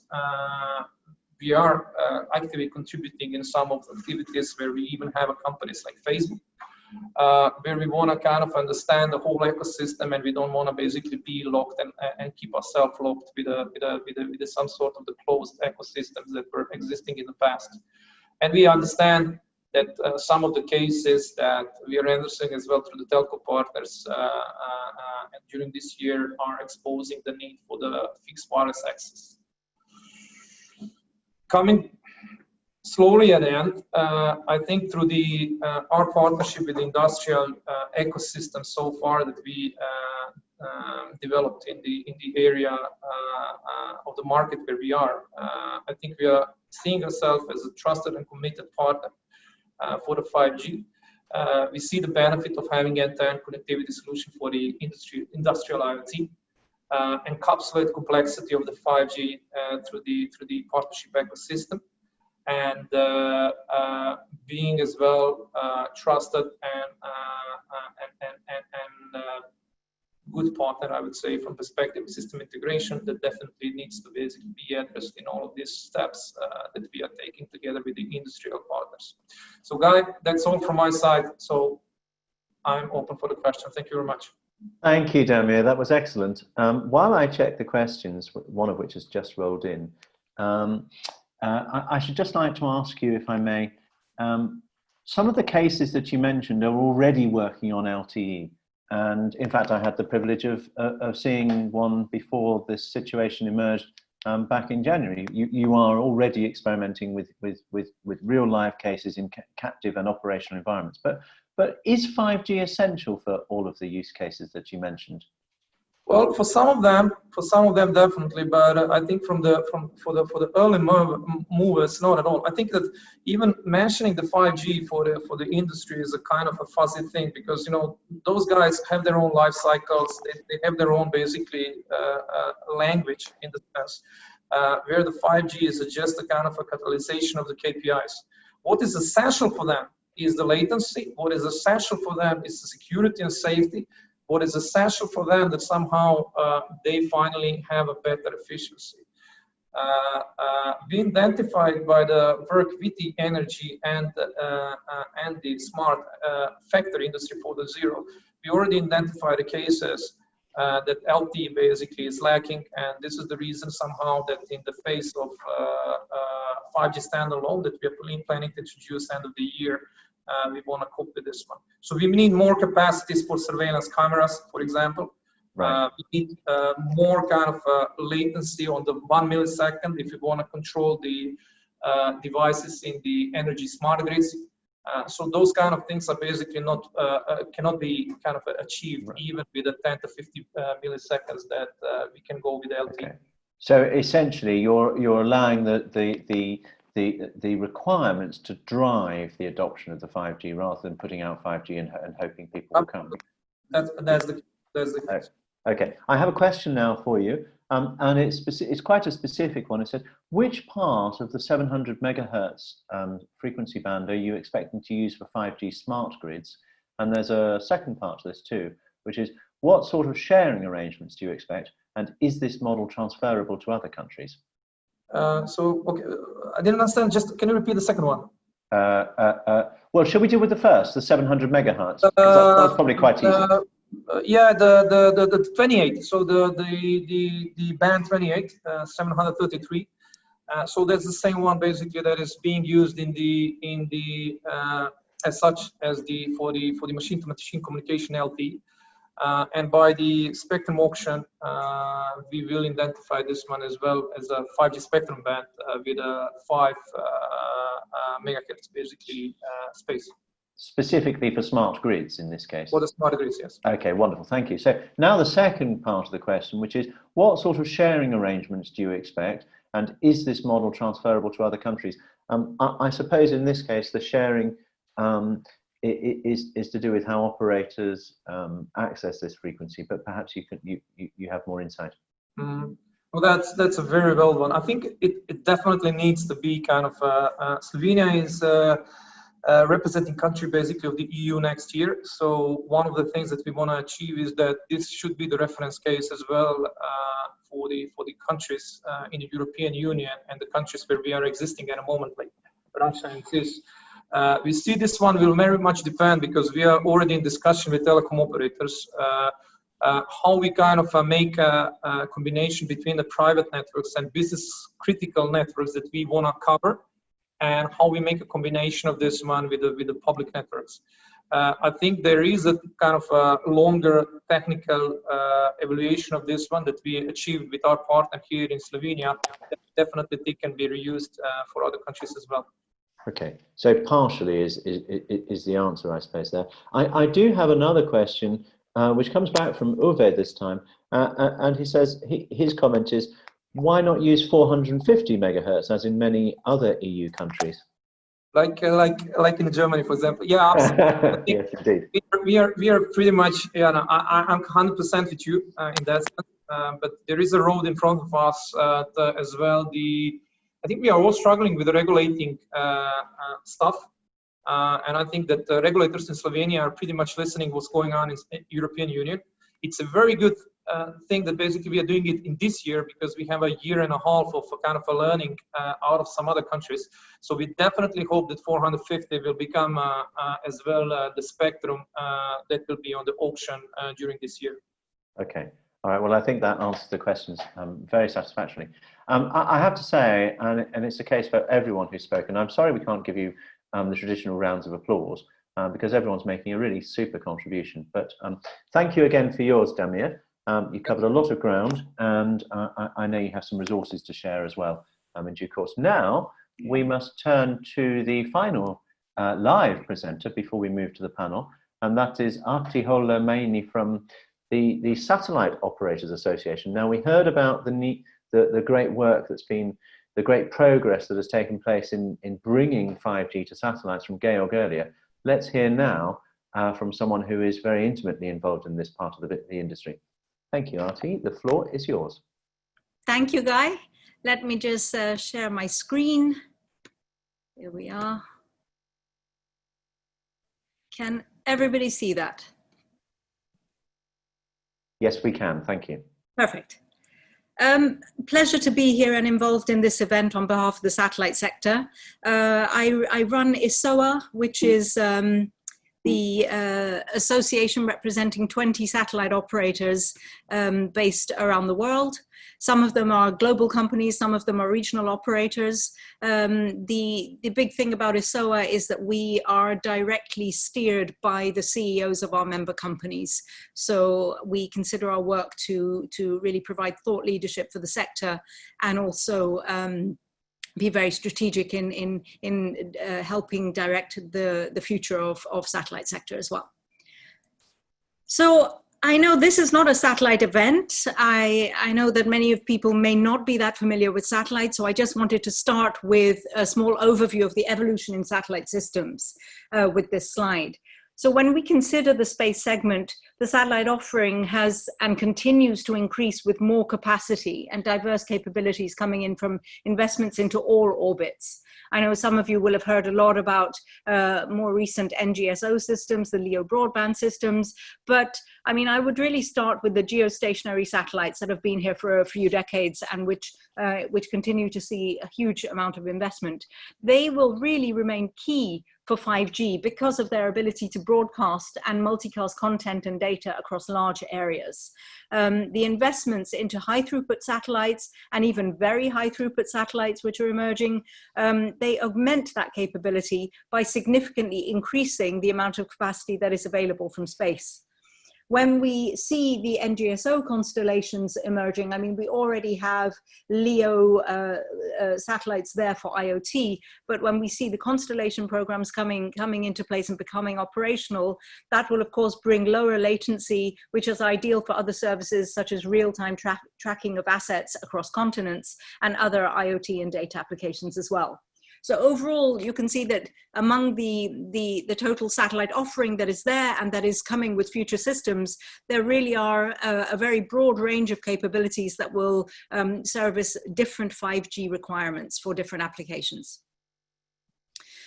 I wanted to mention our vision for the 5G world. I think the most important thing to say is that 5G is not just the next G. That is why there is such a buzz around 5G. It's meant to be different. It is meant to pool the strengths of different technologies to really deliver a paradigm shift in connectivity from what we have seen with the previous Gs. The European Commission was the first, I would say, organization, institution to really recognize 5G and state that it was different. It was a network of networks, and they state very clearly that they see satellite as an inherent part of it. That has been validated by other organizations such as the CEPT, the ITU, even mobile operators in the form of the Next Generation Mobile Network Alliance. Various organizations have put out reports or position papers, which I've referred to on this slide, where you can read about how they perceive satellite as well.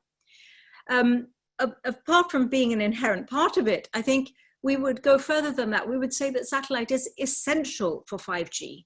One, because we must prevent a 5G divide, but also because there are so many vertical use cases that require uninterrupted coverage, uninterrupted connectivity.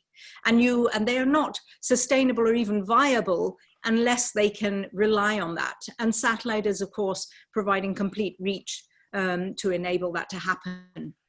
I wanted to just say a word on spectrum because, of course, I noticed you had Uwe from the ITU there who was talking about spectrum. The WRC has confirmed our need and our usage of multiple different bands, which will be used to deliver on the required services, but also to respond to the increased growth that we're seeing from many verticals, whether it's IoT and aero. I know aero's on hold for now, but it is forecast to come back and come back strong, but also cross-border communications because the world's becoming a smaller place, as we know. So, as I said, 5G is not just the next G. It is meant to be moving away from just mobile connectivity to really connecting everyone and connecting everything. And from our point of view, you can extend the reach of 5G networks. You need to extend the reach of 5G networks by using satellite systems. There are other strengths of satellite which are relevant here besides reach. I mentioned already that the 5G divide would be unacceptable, not just because mobile operators are receiving more and more obligations to increase geographical coverage with new license, but also the verticals that I said. This has been highlighted by COVID. There is going to be a shift in the way we live, work, and behave, and governments are going to move to support that, and having more suburban, rural connectivity for whichever verticals is going to be part of that. But also with 5G and just the increase in converged networks overall and the quantity of data being moved from A to B, cybersecurity is an increasing concern. Satellite companies are involved in numerous projects on cyber and even on quantum communications, which is set to be part of the future telecoms ecosystem as well. On top of that, resilience and reliability, especially for critical verticals like public safety, automated vehicles, healthcare, is also going to be an inherent feature. And that's where satellites provide very high reliability. They're already known to be inherently immune to disasters, natural disasters, and so on. And they're also designed for security with relevant and layered countermeasures to reduce risk and adhering to various standards as well. It's an important time for satellite and 5G. I mean, it's an important time for us all with the present circumstances. But when we look at what's happened in the digital front, WRC took place at the end of 2019, and it really provided a confirmation and a basis for the future growth of our sector across various different spectrum bands, all the way from L up to Q and V, where we received additional new spectrum. But also the 3GPP plenary took place at the end of last year. And we can see that the work on release 17 now includes both study items, but also normative work items for 5G new radio and NB-IoT, both to support satellite. And I think that's a very important step that was taken to start framing the future. In addition, the operators have been involved in numerous trials and demonstrations over the last few years, which has validated satellite technology for key 5G use cases. So in sum, we can say that the time is right. Satellite can already provide 5G backhaul services for IoT, for multicast, for on the move and other applications. But in addition, of course, satellite broadband is very much there, enabling direct connectivity for up to 100 megabit per second. I wanted to zoom in a little bit on the technology validation that has gone on in the satellite field. On the left, you can see the logos of all the different projects, or I think it's even just some of the different projects that have been going on. And the things that they have validated is live over-the-air demos using satellite backhaul for video chat, streaming, browsing for 5G testbeds. Obviously, video backhaul is a big one, so 4K and 8K video have been demonstrated that to the edge, supported by network slicing. Direct access to the handset via satellite based on narrowband IoT. Multi-connectivity between cellular and satellite, both direct and indirect access. Full integration of 5G RAN with consumer premises equipment. And contributions on SA and RAN to the 3G standards body is, of course, ongoing and has been happening already. What the operators are doing now is really looking for opportunities to work with MNOs to assist them in adopting satellite as part of their solution set. That is the way to move from where we are to where we want to be, and where as 5G we need to be. A few concrete examples. I've shown you just a couple of elements here from some of our members. Some of our members are working with Microsoft, with IBM, to enable cloud services. We also have examples of a few of our members. I've just taken one, Hispasat, our Spanish satellite operator, which is collaborating with University of Glasgow and O2 in the UK to design connectivity solutions using LTE, 5G and satellite for connected and autonomous industrial vehicles. Back in 2018, we also signed an MOU with NGMN, which is the market representation partner for mobile operators in 3GPP. They approached the satellite sector and said, we would like to cooperate with you. We believe that satellite has an important role to play, and we would like to explore that. So we signed an MOU, and during the first phase of the cooperation, NGMN was working with some of our members to assess the satellite performance for various verticals. So you have NGSO, which is non-geostationary satellite systems, and geostationary satellite systems, direct access for mobile, pedestrian, and community Wi-Fi. Geo systems for IoT, low Earth orbit cellular support for community Wi-Fi and backhaul, Ku-band geo high throughput satellite systems for maritime, and geo HTS for connected cars. Now, based on the preliminary assessments that were being done between the mobile operators within NGMN and some of ESOA's members, NGMN produced a position paper which you can access online and also via 3GPP on NTN. NTN is the non-terrestrial networks, which include satellite and HAPS and so on. And it was thanks to the NGMN support within 3GPP that we could really secure future normative work and study items in release 17 of 3GPP. We are continuing that cooperation. We are growing it as we go into the standardization phase. And the technical validation through the demos and trials that I mentioned is only the first step. We really need to move forward now so that MNOs get their hands on satellite technology and start testing it for themselves with pilots, with real users in controlled environments. So I'm quickly at my conclusions, which is we know MNOs today are prioritizing the rollout of 5G. There's a lot of political pressure. Policy makers are saying, you know, we need 5G, roll it out quickly, even though they're still monetizing their 4G LTE investments, the pressure is on. We do, however, believe that existing and future satellite systems are highly relevant to 5G, and that networks, 5G networks, need to be forward compatible with satellite. That means embedding satellite into critical parts of terrestrial infrastructure from the start. If we think of integration as an afterthought, it will be inefficient and it will be expensive. We think that multiple opportunities will be missed. First and foremost, to connect more users who live outside urban areas and to increase the subscriber base. So what I can tell you is when we started with NGMN, they were very upfront in saying that we need ways as mobile operators to produce growth.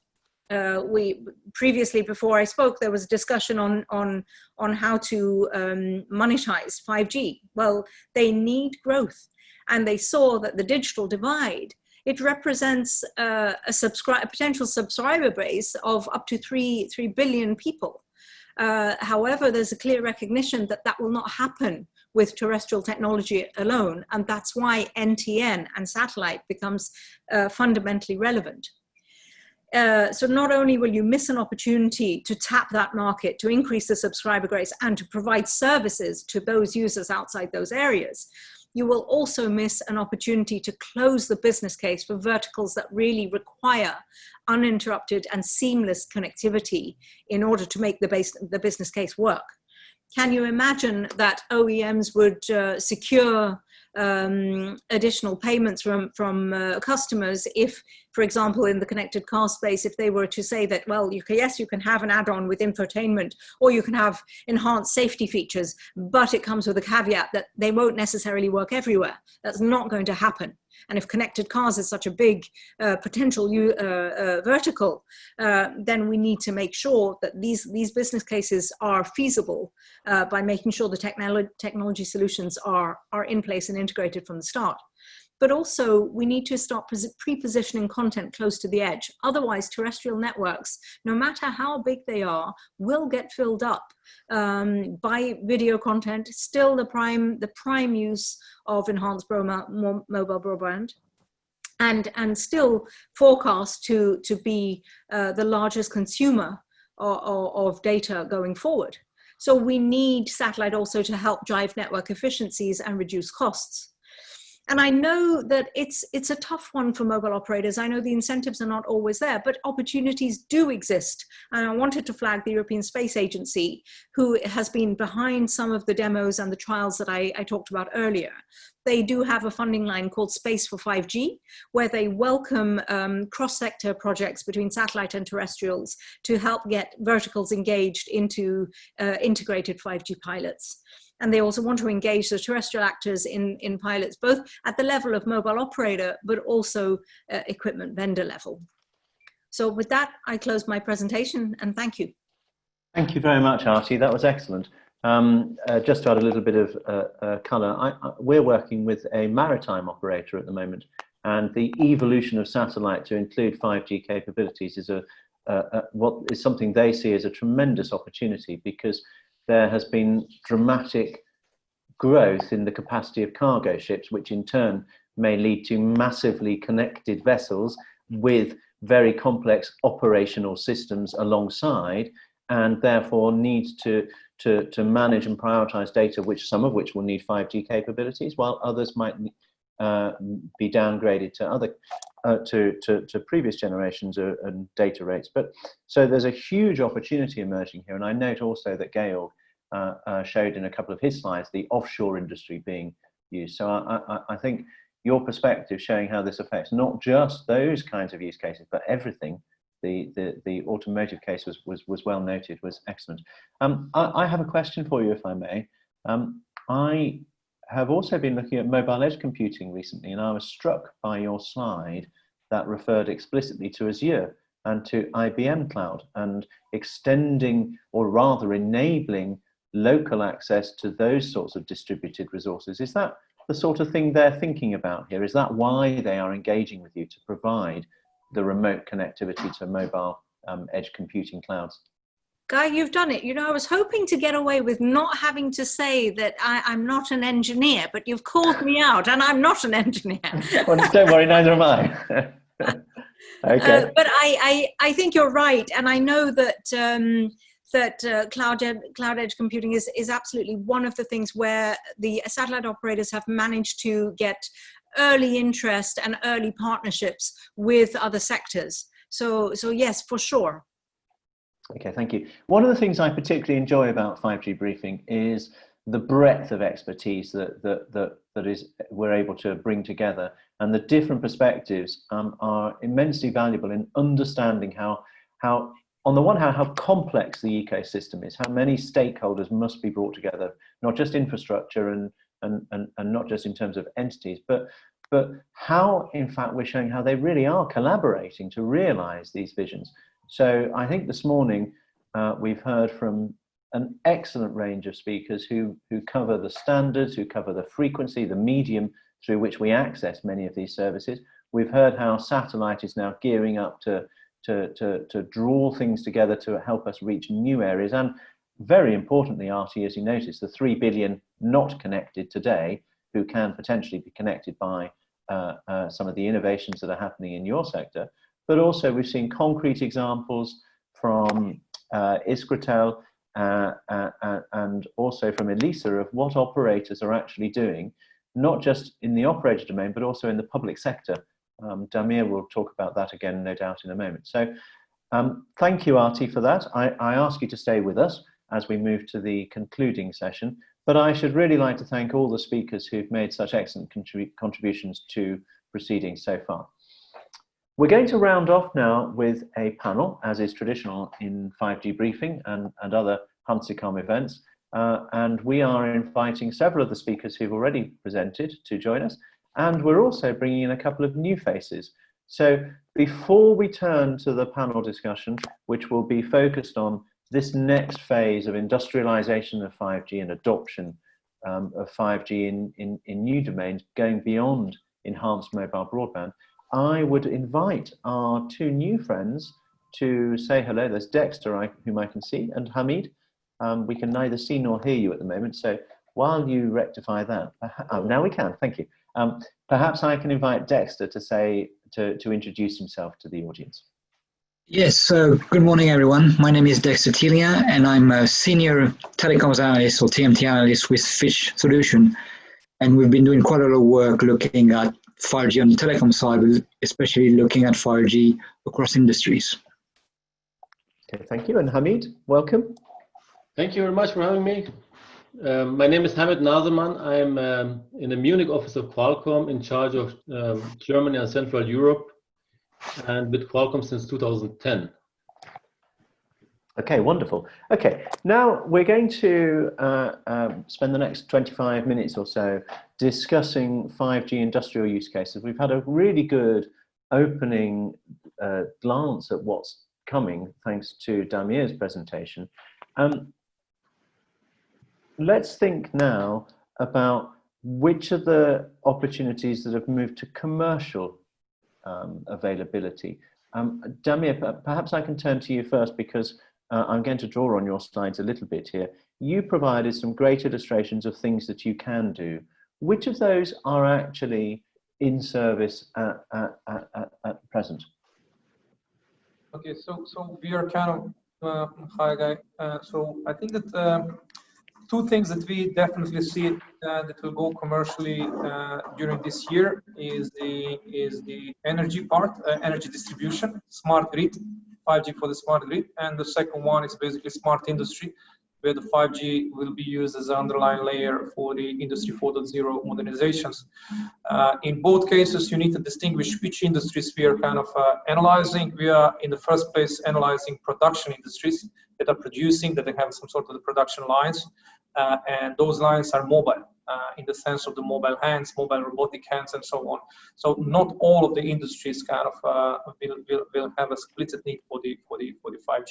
Energy, same thing. From perspective of the private networks and public networks, energy in Slovenia, energy distribution is the so-called mission-critical business network, and by that they cannot kind of be served through the KPIs of public networks. They have explicit needs for data. We have a slight echo from somewhere. Somewhere in it's Germany, I think. Okay, cool. All right, carry on, Damir. So that's it. So those two cases, and I think roadmap that's basically we have in front of us, and it's as well, I think, related to the other two industries that we see in front, especially for the Europe. One is the automotive. That gets basically with the regulation stuff in regards to the 5G, we see it in 2021. And then 2023-24 is the one for the FNMC and the GSM, GSMR replacement in the railways. Okay, I can see you have a lot of practical experience here. So Dexter, in your view, more as an observer, can you highlight any other examples that you have encountered to date?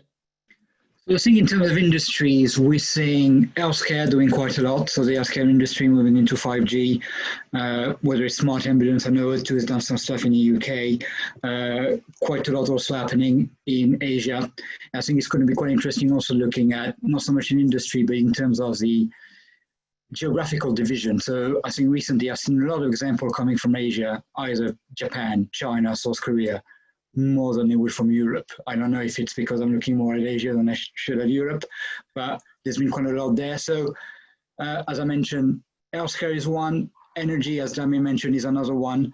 Kind of auto manufacturing, we've seen it quite a lot in Germany. So the likes of BMW, Volkswagen kind of doing a lot with private network, trying to use 5G, probably linked to the fact that they can buy some spectrum. And we've seen other kind of going beyond autos in terms of full manufacturing. Bosch and Siemens also looking to do that in Germany. So Germany is kind of quite ahead in terms of that industrial use of 5G, which probably is quite interesting also because I would argue that as a consumer market, 5G is not that popular yet in Germany compared to maybe South Korea or China, but it seems to be very popular on the industrial side. So we have this kind of industry there, which we also seen on the auto side kind of developments in terms of the, connected car. That's happening quite a lot in the US, where US companies are going to move into that. So there's a sector division where, healthcare, almost what you would consider to be part of the smart city plus manufacturing kind of going ahead. And then on the other end, there's kind of a geographical division where Asian markets, so developed Asian market, if you want to include China as part of the developed Asian market, is kind of moving ahead, and we've seen some countries in Union quite well, the US being strong in other areas. So there's no, one kind of clear leader, one clear leading sector, because it's still very, very fragmented. But I think geographically, Asia seems to be not so much have more ambition, but have kind of a strategy that comes from the top. That's kind of a more holistic than maybe in other market. And obviously some sectors, because they realize, with 5G, they can do more things that they could do with 4G on its own, or even with satellite on its own, trying to do. So as I mentioned, healthcare, private network for auto manufacturing, energy with smart grids moving into that. I think that's where we are right now. Okay, that's interesting, and good that you draw the explicit distinction between consumer-driven services and these much more interesting, to me at least, industrial cases. Hamid, Qualcomm is kind of everywhere in this. So, but now we're seeing a huge growth in the diversity of connected things. What's the role that Qualcomm is playing, and in terms of shaping the evolution of such devices? If we are going to have connectivity in factories, how will it actually be realized? And will you in fact be integrating these connectivity capabilities at a lower level in automated machines? Yeah, thank you. Yes, basically, as you know, Qualcomm is an enabler in the end-to-end system of 5G in terms of, we provide chipset to all kind of devices. We started with smartphones, now we are diversified in IoT, automotive, networking, and other areas. What we do is we contribute strongly, of course, in standardization. We are doing testing with the infrastructure partners to make sure that the device at the end work end-to-end with applications and infrastructure. And we are very active there. As you also know, 5G, in contrast to 4G, started 2019 really as a global phenomenon. We call it non-standalone networks have been built. More than 20 operators launched, more than 20 device OEMs were at start. And now we are seeing this transition to the so-called standalone mode, where you have basically, because in non-standalone, you have still this LTE part in it, in kind of dual connectivity. And standalone will really enable the use cases that are especially suitable for industrial use cases, like in factories, like in Germany, it was mentioned, we have this 3.7 to 3.8. So, and this will really enable, by the way, the standardization is now going to be completed as we speak in this month for release 16, and then you can expect products to be appearing in the market like 1.5 years later around. But what you can then really, make use of is, for instance, in private networks or in factories, that you have this breadth of services in 5G. You have on one side this enhanced mobile broadband, you have the massive IoT, all kind of sensors, and then you have this ultra low, reliable, low latency. You could then apply in such a factory environment so-called slicing, network slicing, where you would then assign to different use cases and applications different kind of KPIs, let's call it this way. For instance, if you have a head-mounted display, somebody that is working in the factory with a head-mounted display and using an AR application, you would have different requirements on latency. For instance, you would have maybe something like below 10 milliseconds. Availability is maybe 99%, and you need data rates in the megabit per second, gigabit per second area. That's one area. But then you have maybe sensors in the same factory that data rates is just kilobits per second. The availability is also is maybe not that high required, right? And the latency, maybe 100 milliseconds is fine enough. And then you have, again, robots that's required really ultra reliable, low latency communications. So with this standalone networks, you would be then able, and we are Qualcomm, of course, part of it as enabler in the device, but also on the infra side, in the FSM, in the small cell side, you could then really, as an operator of this plant, let's say, assign different parameters, quality of service parameters to different use cases. And that's where we are. And we're working closely with our partners together to enable this. Thank you for that. I've now got 2 questions for the panel in general. I also have a third in my back pocket, which is specifically for Aarti. but I shall come back to that later if I may. Okay, so you have mentioned slicing. That's cropped up a couple of times. I think Damir also referred to it in his presentation. So are there any actual live deployments of slicing, of real network slices with operational commercial solutions, or is it something that we can expect to see in the next 18 months, as you perhaps suggested, Hamid? Well, you know, I mean, there have been some demos and some trials, but you know, this release 16, if you really want to unleash this ultra reliable low latency, is really part of release 16. So as I said, it's going to be standardized as we speak now in this month. So products commercialization you can expect like 18 months later approximately. Okay. But if you don't need, let's say, this kind of release 16 features, you could with the deployment of standalone networks, and with that I mean also private networks, not only public, you could really make use of network slicing. In essence, what you need, but there are also, I'm sure, other experts here, you need kind of support on the device that we as Qualcomm support with already with our X55, but you need also a kind of a 5G core network that is supporting this network slicing, and then you could really apply end-to-end, you know, with the corresponding applications, this network slicing. At the end of the day, it's important what kind of usage or what kind of application you want to enable with that. But technically, it's possible actually already now. Okay. Has anyone done it, Damir? Or do any of our colleagues here have any live examples?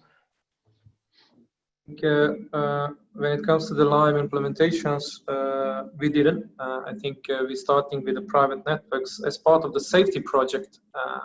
We need to deliver this one at the end of this year. And I think that the biggest challenge is not the network that we see at the moment. The biggest challenge basically comes from the management system part that needs to kind of secure the end-to-end slicing from the radio side to the core side. And this is something what we as well waiting for the finalization of the standards, so that this part of orchestration automation basically will be finished and available.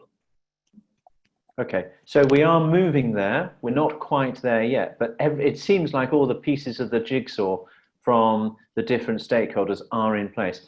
My next question, before I move to a couple of audience requests, is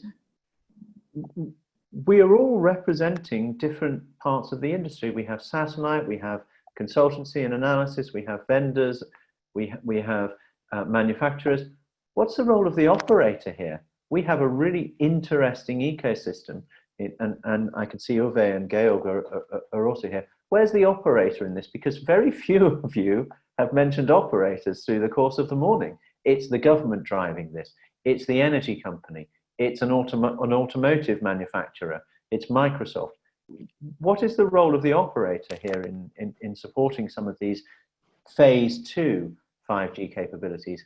Do they have a role, or could they be perhaps disintermediated as, for example, a factory realizes its own network? If I may just, I think there was the example of, I can't remember whether it was BMW or Mercedes, but they basically went with Telefonica and Ericsson to build a private network, but then they decided they were going to basically be in charge of the network themselves. So they just needed that operator and that vendor to kind of roll out the network. And when I was discussing that with our autos analyst, she was quite surprised, because we're like, well, that's not what they're good at. So I think maybe what we're seeing is operators are seen as being the connectivity bit, and the connectivity bit being that basic kind of layer, but not really highlighting what else they can do on top of it. And maybe in some cases, industrial players thinking this is quite easy to do, which it isn't. So I think, I mean, it was a few months ago, you know, apart from the announcement, there hasn't been a lot of, you know, kind of feedback or that's been working out in that particular factory. But I think there's kind of almost a double whammy on the one end, where operators, you know, and this is kind of you can look back from many different years against kind of the US tech giant as well, in terms of they're seen as a connectivity side of things, and they're not seeing, I mean, I'm saying overall, I'm not saying every operator is like that, but they're not seeing as kind of offering more than the basic connectivity, and you talk to somebody else for the other type of services. And the other end, maybe the industrial guy, I wouldn't call them cocky, but saying, we know what we want, we can sort it out, and we don't need that much of a kind of a partnership with some player. We just need somebody to roll out a network, put a network where we want to, and then we kind of sort it out. It'd be interesting to see whether in 12, 18, 24 months, this is still the case, or people which are not telecoms player, originally kind of see that they need that help, not just from the operator side, but probably from the vendor side as well. Okay, that's an interesting perspective. And I must say there is a lot of speculation regarding who is best placed to capitalize on some of these opportunities. Here's something which has come from somebody else. In B2B markets, I'm paraphrasing somewhat, it's that the suggestion is that it seems to be a project-driven business, so it's case by case. We will target this particular requirement today. We'll target another requirement tomorrow. It is not like building a national network to service connected consumers. So if that is the case, and that's the suggestion from the audience, what would then be an operating model for 5G for telcos as we move towards this second phase? Is it, as you suggest, Dexter, being a connectivity provider, enabling access to others who provide more specialized capabilities, or should they be seeking to target industry in general? This is Georg. Maybe one comment on that. I think the role of the operator gets more complex. So my understanding would be that the operator needs to go together with industries specifically. So they need to say, okay, we target this market. So as you say, maybe more project driven, at least in the beginning, to gather some experience with the new technologies, be it slicing, be it direct communication of devices, how they are integrated, and so on.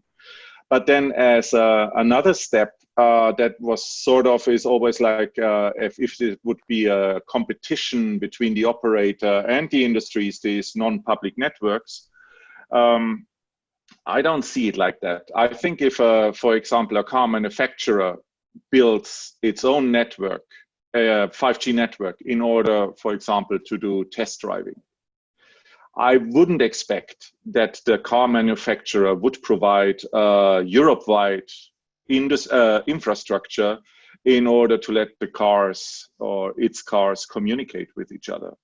So there will be, in fact, both scenarios for the same company will arise. You will have your own local network, but you also will need interconnectivity that is provided by the operator. And the borderline will be not very clear, and it will for sure not be the same for every industry. So there needs to be a lot of adoption work. There needs to be a lot of communication. And I think this is what's needed as the very first step.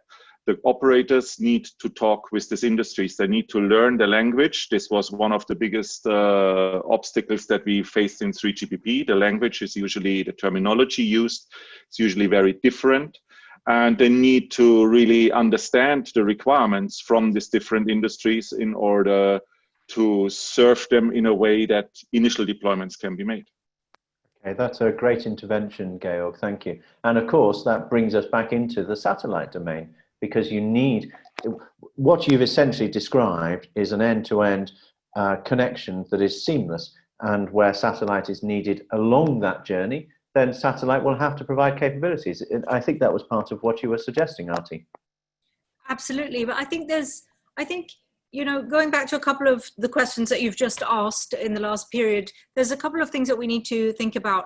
On the one hand, when we go to 5G events generally, especially when they're organized by institutions or governments or policymakers, it's all about the greater benefits for society of having 5G. So a greener economy, low power, efficiencies being tapped, whether it's in energy and healthcare and carbon or whatever you want. It's about these broader benefits which come from specific verticals, and that's where I think you see some government interventions happening. For example, in the Baltic states, you have the corridor of 3 different countries, I think Latvia, Estonia, and Lithuania being connected, and it's all publicly funded. But then on the other hand, you talked about the role of the operator. I mean, for them, it's enhanced mobile broadband. They are the direct interface to the public at large, and that is the mass market, the first mass market, which is relevant and directly relevant to 5G. And I think it's important not to ignore that as the elephant in the room. And there, the question is, how do you incentivize them to upgrade their existing networks and to invest in 5G? Given the challenges that they're facing, whether it's OTT and all of that content eating up their networks, but they're not getting any money from it, or the fact that roaming charges are no longer there. I mean, whatever different way you want to come at it. And here, I think this is where there needs to be more public intervention to foster the cross-sector collaboration. And I don't think we see enough of it. I think it's sporadic, it's somewhere it is and other places it's not. But when I talked about the network of networks, that is only really a concept which is embraced within the European Union. It was started by the Commission. You see European regulators, Ofcom being one of the big champions, always referring to it. But around the world, 5G is just the next G, and it's just about mobile broadband.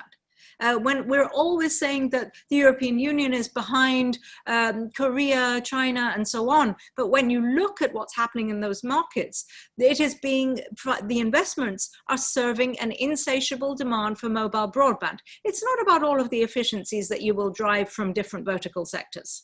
It isn't. So I think one has to have a holistic view on what is 5G, what real benefits can it bring, and how to make it a reality, and stop beating the mobile operators for not investing when they're confronted with their own very real financial conundrums. There are a number of things there, thank you.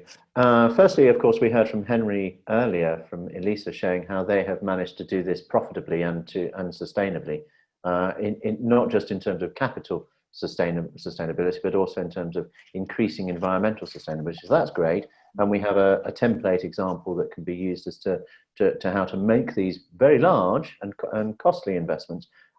But you contrasted particularly there Asia and European environments, when first on the one hand massive consumer adoption, on the other hand perhaps a slightly different approach. But Dexter, I have a feeling that you disagreed with that earlier. I think you were suggesting there was more of a top-down approach in some Asian countries. And certainly, Damir, you referred to the Slovene government taking a leading role in the provision of services that demand 5G, but which are not necessarily consumer-facing. So Dexter, perhaps you could comment on that. Yeah, I think in Asia, I don't think it's one or the other. I think it's both. I think there's obviously been a consumer demand. I would argue that consumer demand for 5G basically is linked to your level of iPhone adoption in a particular country. So in South Korea, it's mostly Samsung. They have a 5G smartphone. People use 5G. In China, Huawei is there. They do 5G, and Xiaomi and all the other. In the US, it's mostly iPhone, so maybe the development or the adoption isn't as strong. But we've seen, or at least I've seen recently, those countries, Japan, China, South Korea, doing things in terms of smart city, in terms of healthcare, in terms of smart energy, in terms of smart mobility. They're starting to do it. So I don't think I wouldn't disagree that, there's probably more demand for mobile broadband than there is definitely in Europe and probably in the US right now. But I don't think that's what they're doing. They're just looking on the consumer side. And obviously they're doing, if you look at how South Korea has been rolled out, you've got the 3 operators kind of almost coming together, kind of rolling out in conjunction in certain areas, so the network was available across the board. China has a very top-down approach. Japan may be a bit different, but there's, even Singapore to some extent, there's kind of a bigger strategy. You might see it at the European level. I don't see it at the same level on a national level in every country, whether it's the UK, whether it's France, whether it's Germany. Germany will be different with the spectrum thing that they've done, then that's kind of developed the private network side. But I think in Asia, it's probably both at the same time, as opposed to just one or the other. Okay, thank you, Dexter. Just a quick word from Damir on the Slovene, the way in which the Slovene government is getting engaged, and then I'm going to turn to a couple of these other questions as we move towards the wrap-up. Yes, thank you, Guy. I think three important aspects why the government in Slovenia. So first of all is the 5G cybersecurity datasheet, and that is very kind of actual at the moment in relation as well in relation to communication between the European Union and the USA. So that's the one that basically country specifically has to confirm and commit to. And this is what they that's the one thing. The second thing is the economical aspect of the regulatory system. We are after the COVID crisis here in Slovenia. Many kind of a budget basically was a big part of the budget was reduced, and getting money out of the spectrum is definitely one of the things that basically government are targeting. So they don't want to kind of let that candy basically out of their hands easily. The third one is that in European Union, I already mentioned this one, the PPDR networks, the safety networks are still under the governmental usage. And there is kind of a big implication of those one in the real people life. And this is as well one that basically is being owned by the government at the moment, and all the implications about the safety and PPDR is in their hands. So those three basically make the government as well as a very important aspect of and a very important partner in all of the discussions that we have. Okay, thank you for that. Now I've got two questions. The first I'm going to send to Aarti, the second to Uwe. So prepare to come off mute in a moment, Uwe. And your question is really quite simple, but it's an interesting one. It says, I'll read it directly. Is satellite an alternative or a competitor for fiber or wireless cellular's backhaul transmission for 5G? A very direct question, or is it complementary? We always position ourselves as complementary, always. I mean, satellite's natural market is where the other technologies cannot reach or find it commercially difficult to serve. And their natural markets are the contrary, because they make commercial sense and they are dense populations and so on. Therefore, we should only see technologies as complementary, and I think it's unhelpful to position satellite as competing, because then you make policymakers and regulators feel like they need to choose between technologies, choose winners, and then take policy decisions, whether it's for funding, whether it's for spectrum allocation, accordingly. And that's not the right thing to do. There is not a one-size-fits-all solution. Right. Therefore, there is no competition. Okay, and I must say it is for that reason that I'm very glad you're here, because it really helps flesh out the sort of global proposition that we have, as Georg gave us in his introduction, crossing not just terrestrial, but also maritime and other boundaries. Okay, next question is a frequency question. So I'm going to send this to Uwe, if I may. And it says, which frequency bands will be essential or are recommended for global 5G support in terminal devices in the coming years? I'm not sure I quite understand that, but perhaps Uwe, you can give us some words for the person who asked that, if you're still with us. You're on mute at the moment. Or if Uwe is unavailable, perhaps there are others who would take that. Hamid, maybe you're best placed since you're in devices. Yeah, I mean, 5G comprises many spectrum bands, low bands, mid bands, high bands. I mean, the one that has been assigned in Europe was the so-called 3.5 gigahertz band. So that's kind of you can say global mid band that is available. In terms of terminal support, we as Qualcomm, we actually support all kind of bands. Let's say if you look at the US, we support mid band, millimeter wave, low band, 600 megahertz, and the aggregation and dual connectivity of all kind of bands. But I would say there are certain spectrum, I think Uwe would be better to answer this. There are certain spectrum bands that are, let's say, more widely available. This is, first of all, the mid band is the 3.5 gigahertz. In Europe is the 26, 28 gigahertz for millimeter wave. In US is 39, 28, So there is not a one answer to that, but in general, there are certain bands that are available for 5G and let's say more kind of widely used. And but in terms of implementation, there's no problem in that sense. It can be really implemented really on a chipset, and aggregation connectivity works as well. Right. So what you're actually saying is that it doesn't much matter, because whichever ones are chosen, you will adapt to those and ensure that there's support in devices and terminals. Yes, there's also another aspect to that, as you see, Deutsche Telekom announced yesterday that the launch of 5G, so more than 16 million people theoretically can have access. What they did, in fact, was they took the 2,100 megahertz that was traditionally used so far for 3G, and now in a DSS mode, dynamic spectrum sharing, and make it available for LTE and 5G to users. So that's also one aspect we see. So on the one side, you see, of course, new bands that are made available for 5G, but there is also, let's say, a trend to phase out some technology like 2G, 3G, and to use then the spectrum for 5G. But in order to do that, you need kind of mechanism technologies where you can, an example is dynamic spectrum sharing I mentioned, where, for instance, you use it now for LTE. Usually you would refarm and just take the spectrum used for LTE for 5G, but this is not very efficient because you need to take into account the terminal penetration. So this dynamic spectrum sharing is a great technology to assign one band that is usually used today for LTE, also for 5G in parallel. And once the penetration of devices become more and more, you can then finally at the end, complete reform. So these are aspects to consider in spectrum. Okay. This is clearly a rapidly evolving field, and there will be many things to consider. There was a question earlier about security and protection in remote sites which may be using wireless networks to operate heavy machinery.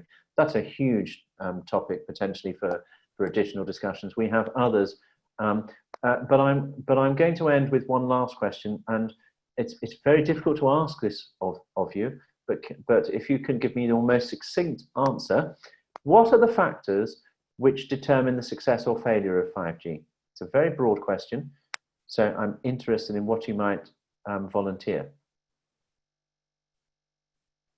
I will venture an answer, and I think collaboration is the key to the success of 5G. And I think it's clear from everything that's been said that it's absolutely critical to the industry and ensuring that everyone can derive the benefits. But anyone else like to volunteer something?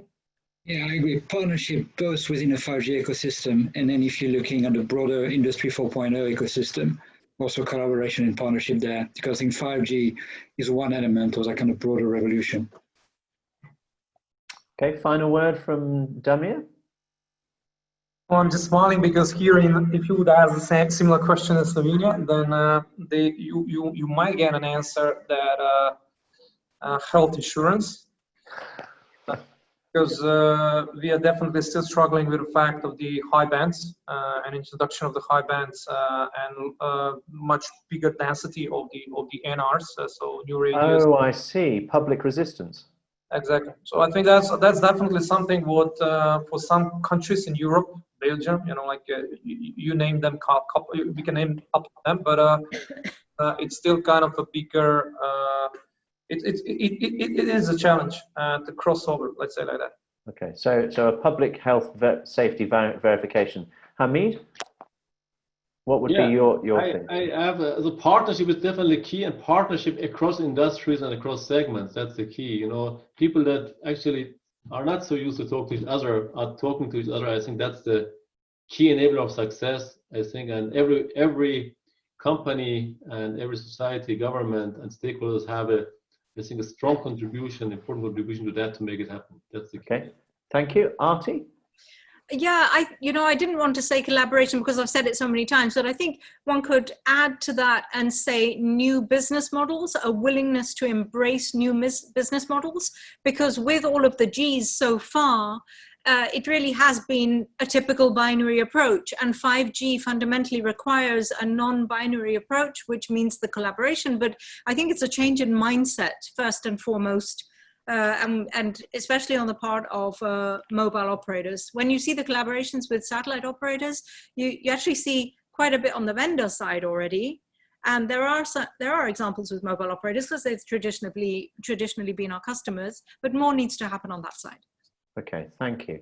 And I think your closing thoughts there echo some of the comments we've had in the questions about how stakeholders should collaborate and align in order to unlock value and new business opportunities. And again, that speaks to the very heart of what we've hopefully achieved here today, bringing together different voices who are all part of this ecosystem, who are all trying to align to make sure that the benefits of 5G are unlocked. So with that, I should like to thank all of the participants in the panel. It's been great that you could stay a little longer and have these discussions with the audience. I do hope I shall be able to meet you all in person in November. It doesn't seem so very far away now, but let's hope we get there and that we can reconvene and return to something more like normality. But for now, thank you very much, and also to our speakers and the audience. And Hassan, I'll pass over to you. Yeah, thank you very much, Guy. Thank you to everybody that we had a great day. I think very interesting presentations, very interesting panel discussion. Many questions have been asked and answered, I hope so. And well, to all the speakers and to our special partners, Qualcomm and Iskratel, and in particular to you, Guy, a big, huge thank you for joining us. And thank you to all the people around the world who are joining us today, this morning. I see that it comes freely from every part of the world. And those that are interested can later download the files of the presentations and the video that is going to be available during the next 48 hours, I would say. So I hope you enjoyed it as well as I did. And well, hope to see you in November. As Guy said, we are going to be on site, hopefully, again to meet and chat and to talk in Frankfurt in November 4th and 5th. And that's it from my part. Thanks once again, and well, enjoy the rest of the day. Thank you. Thank you.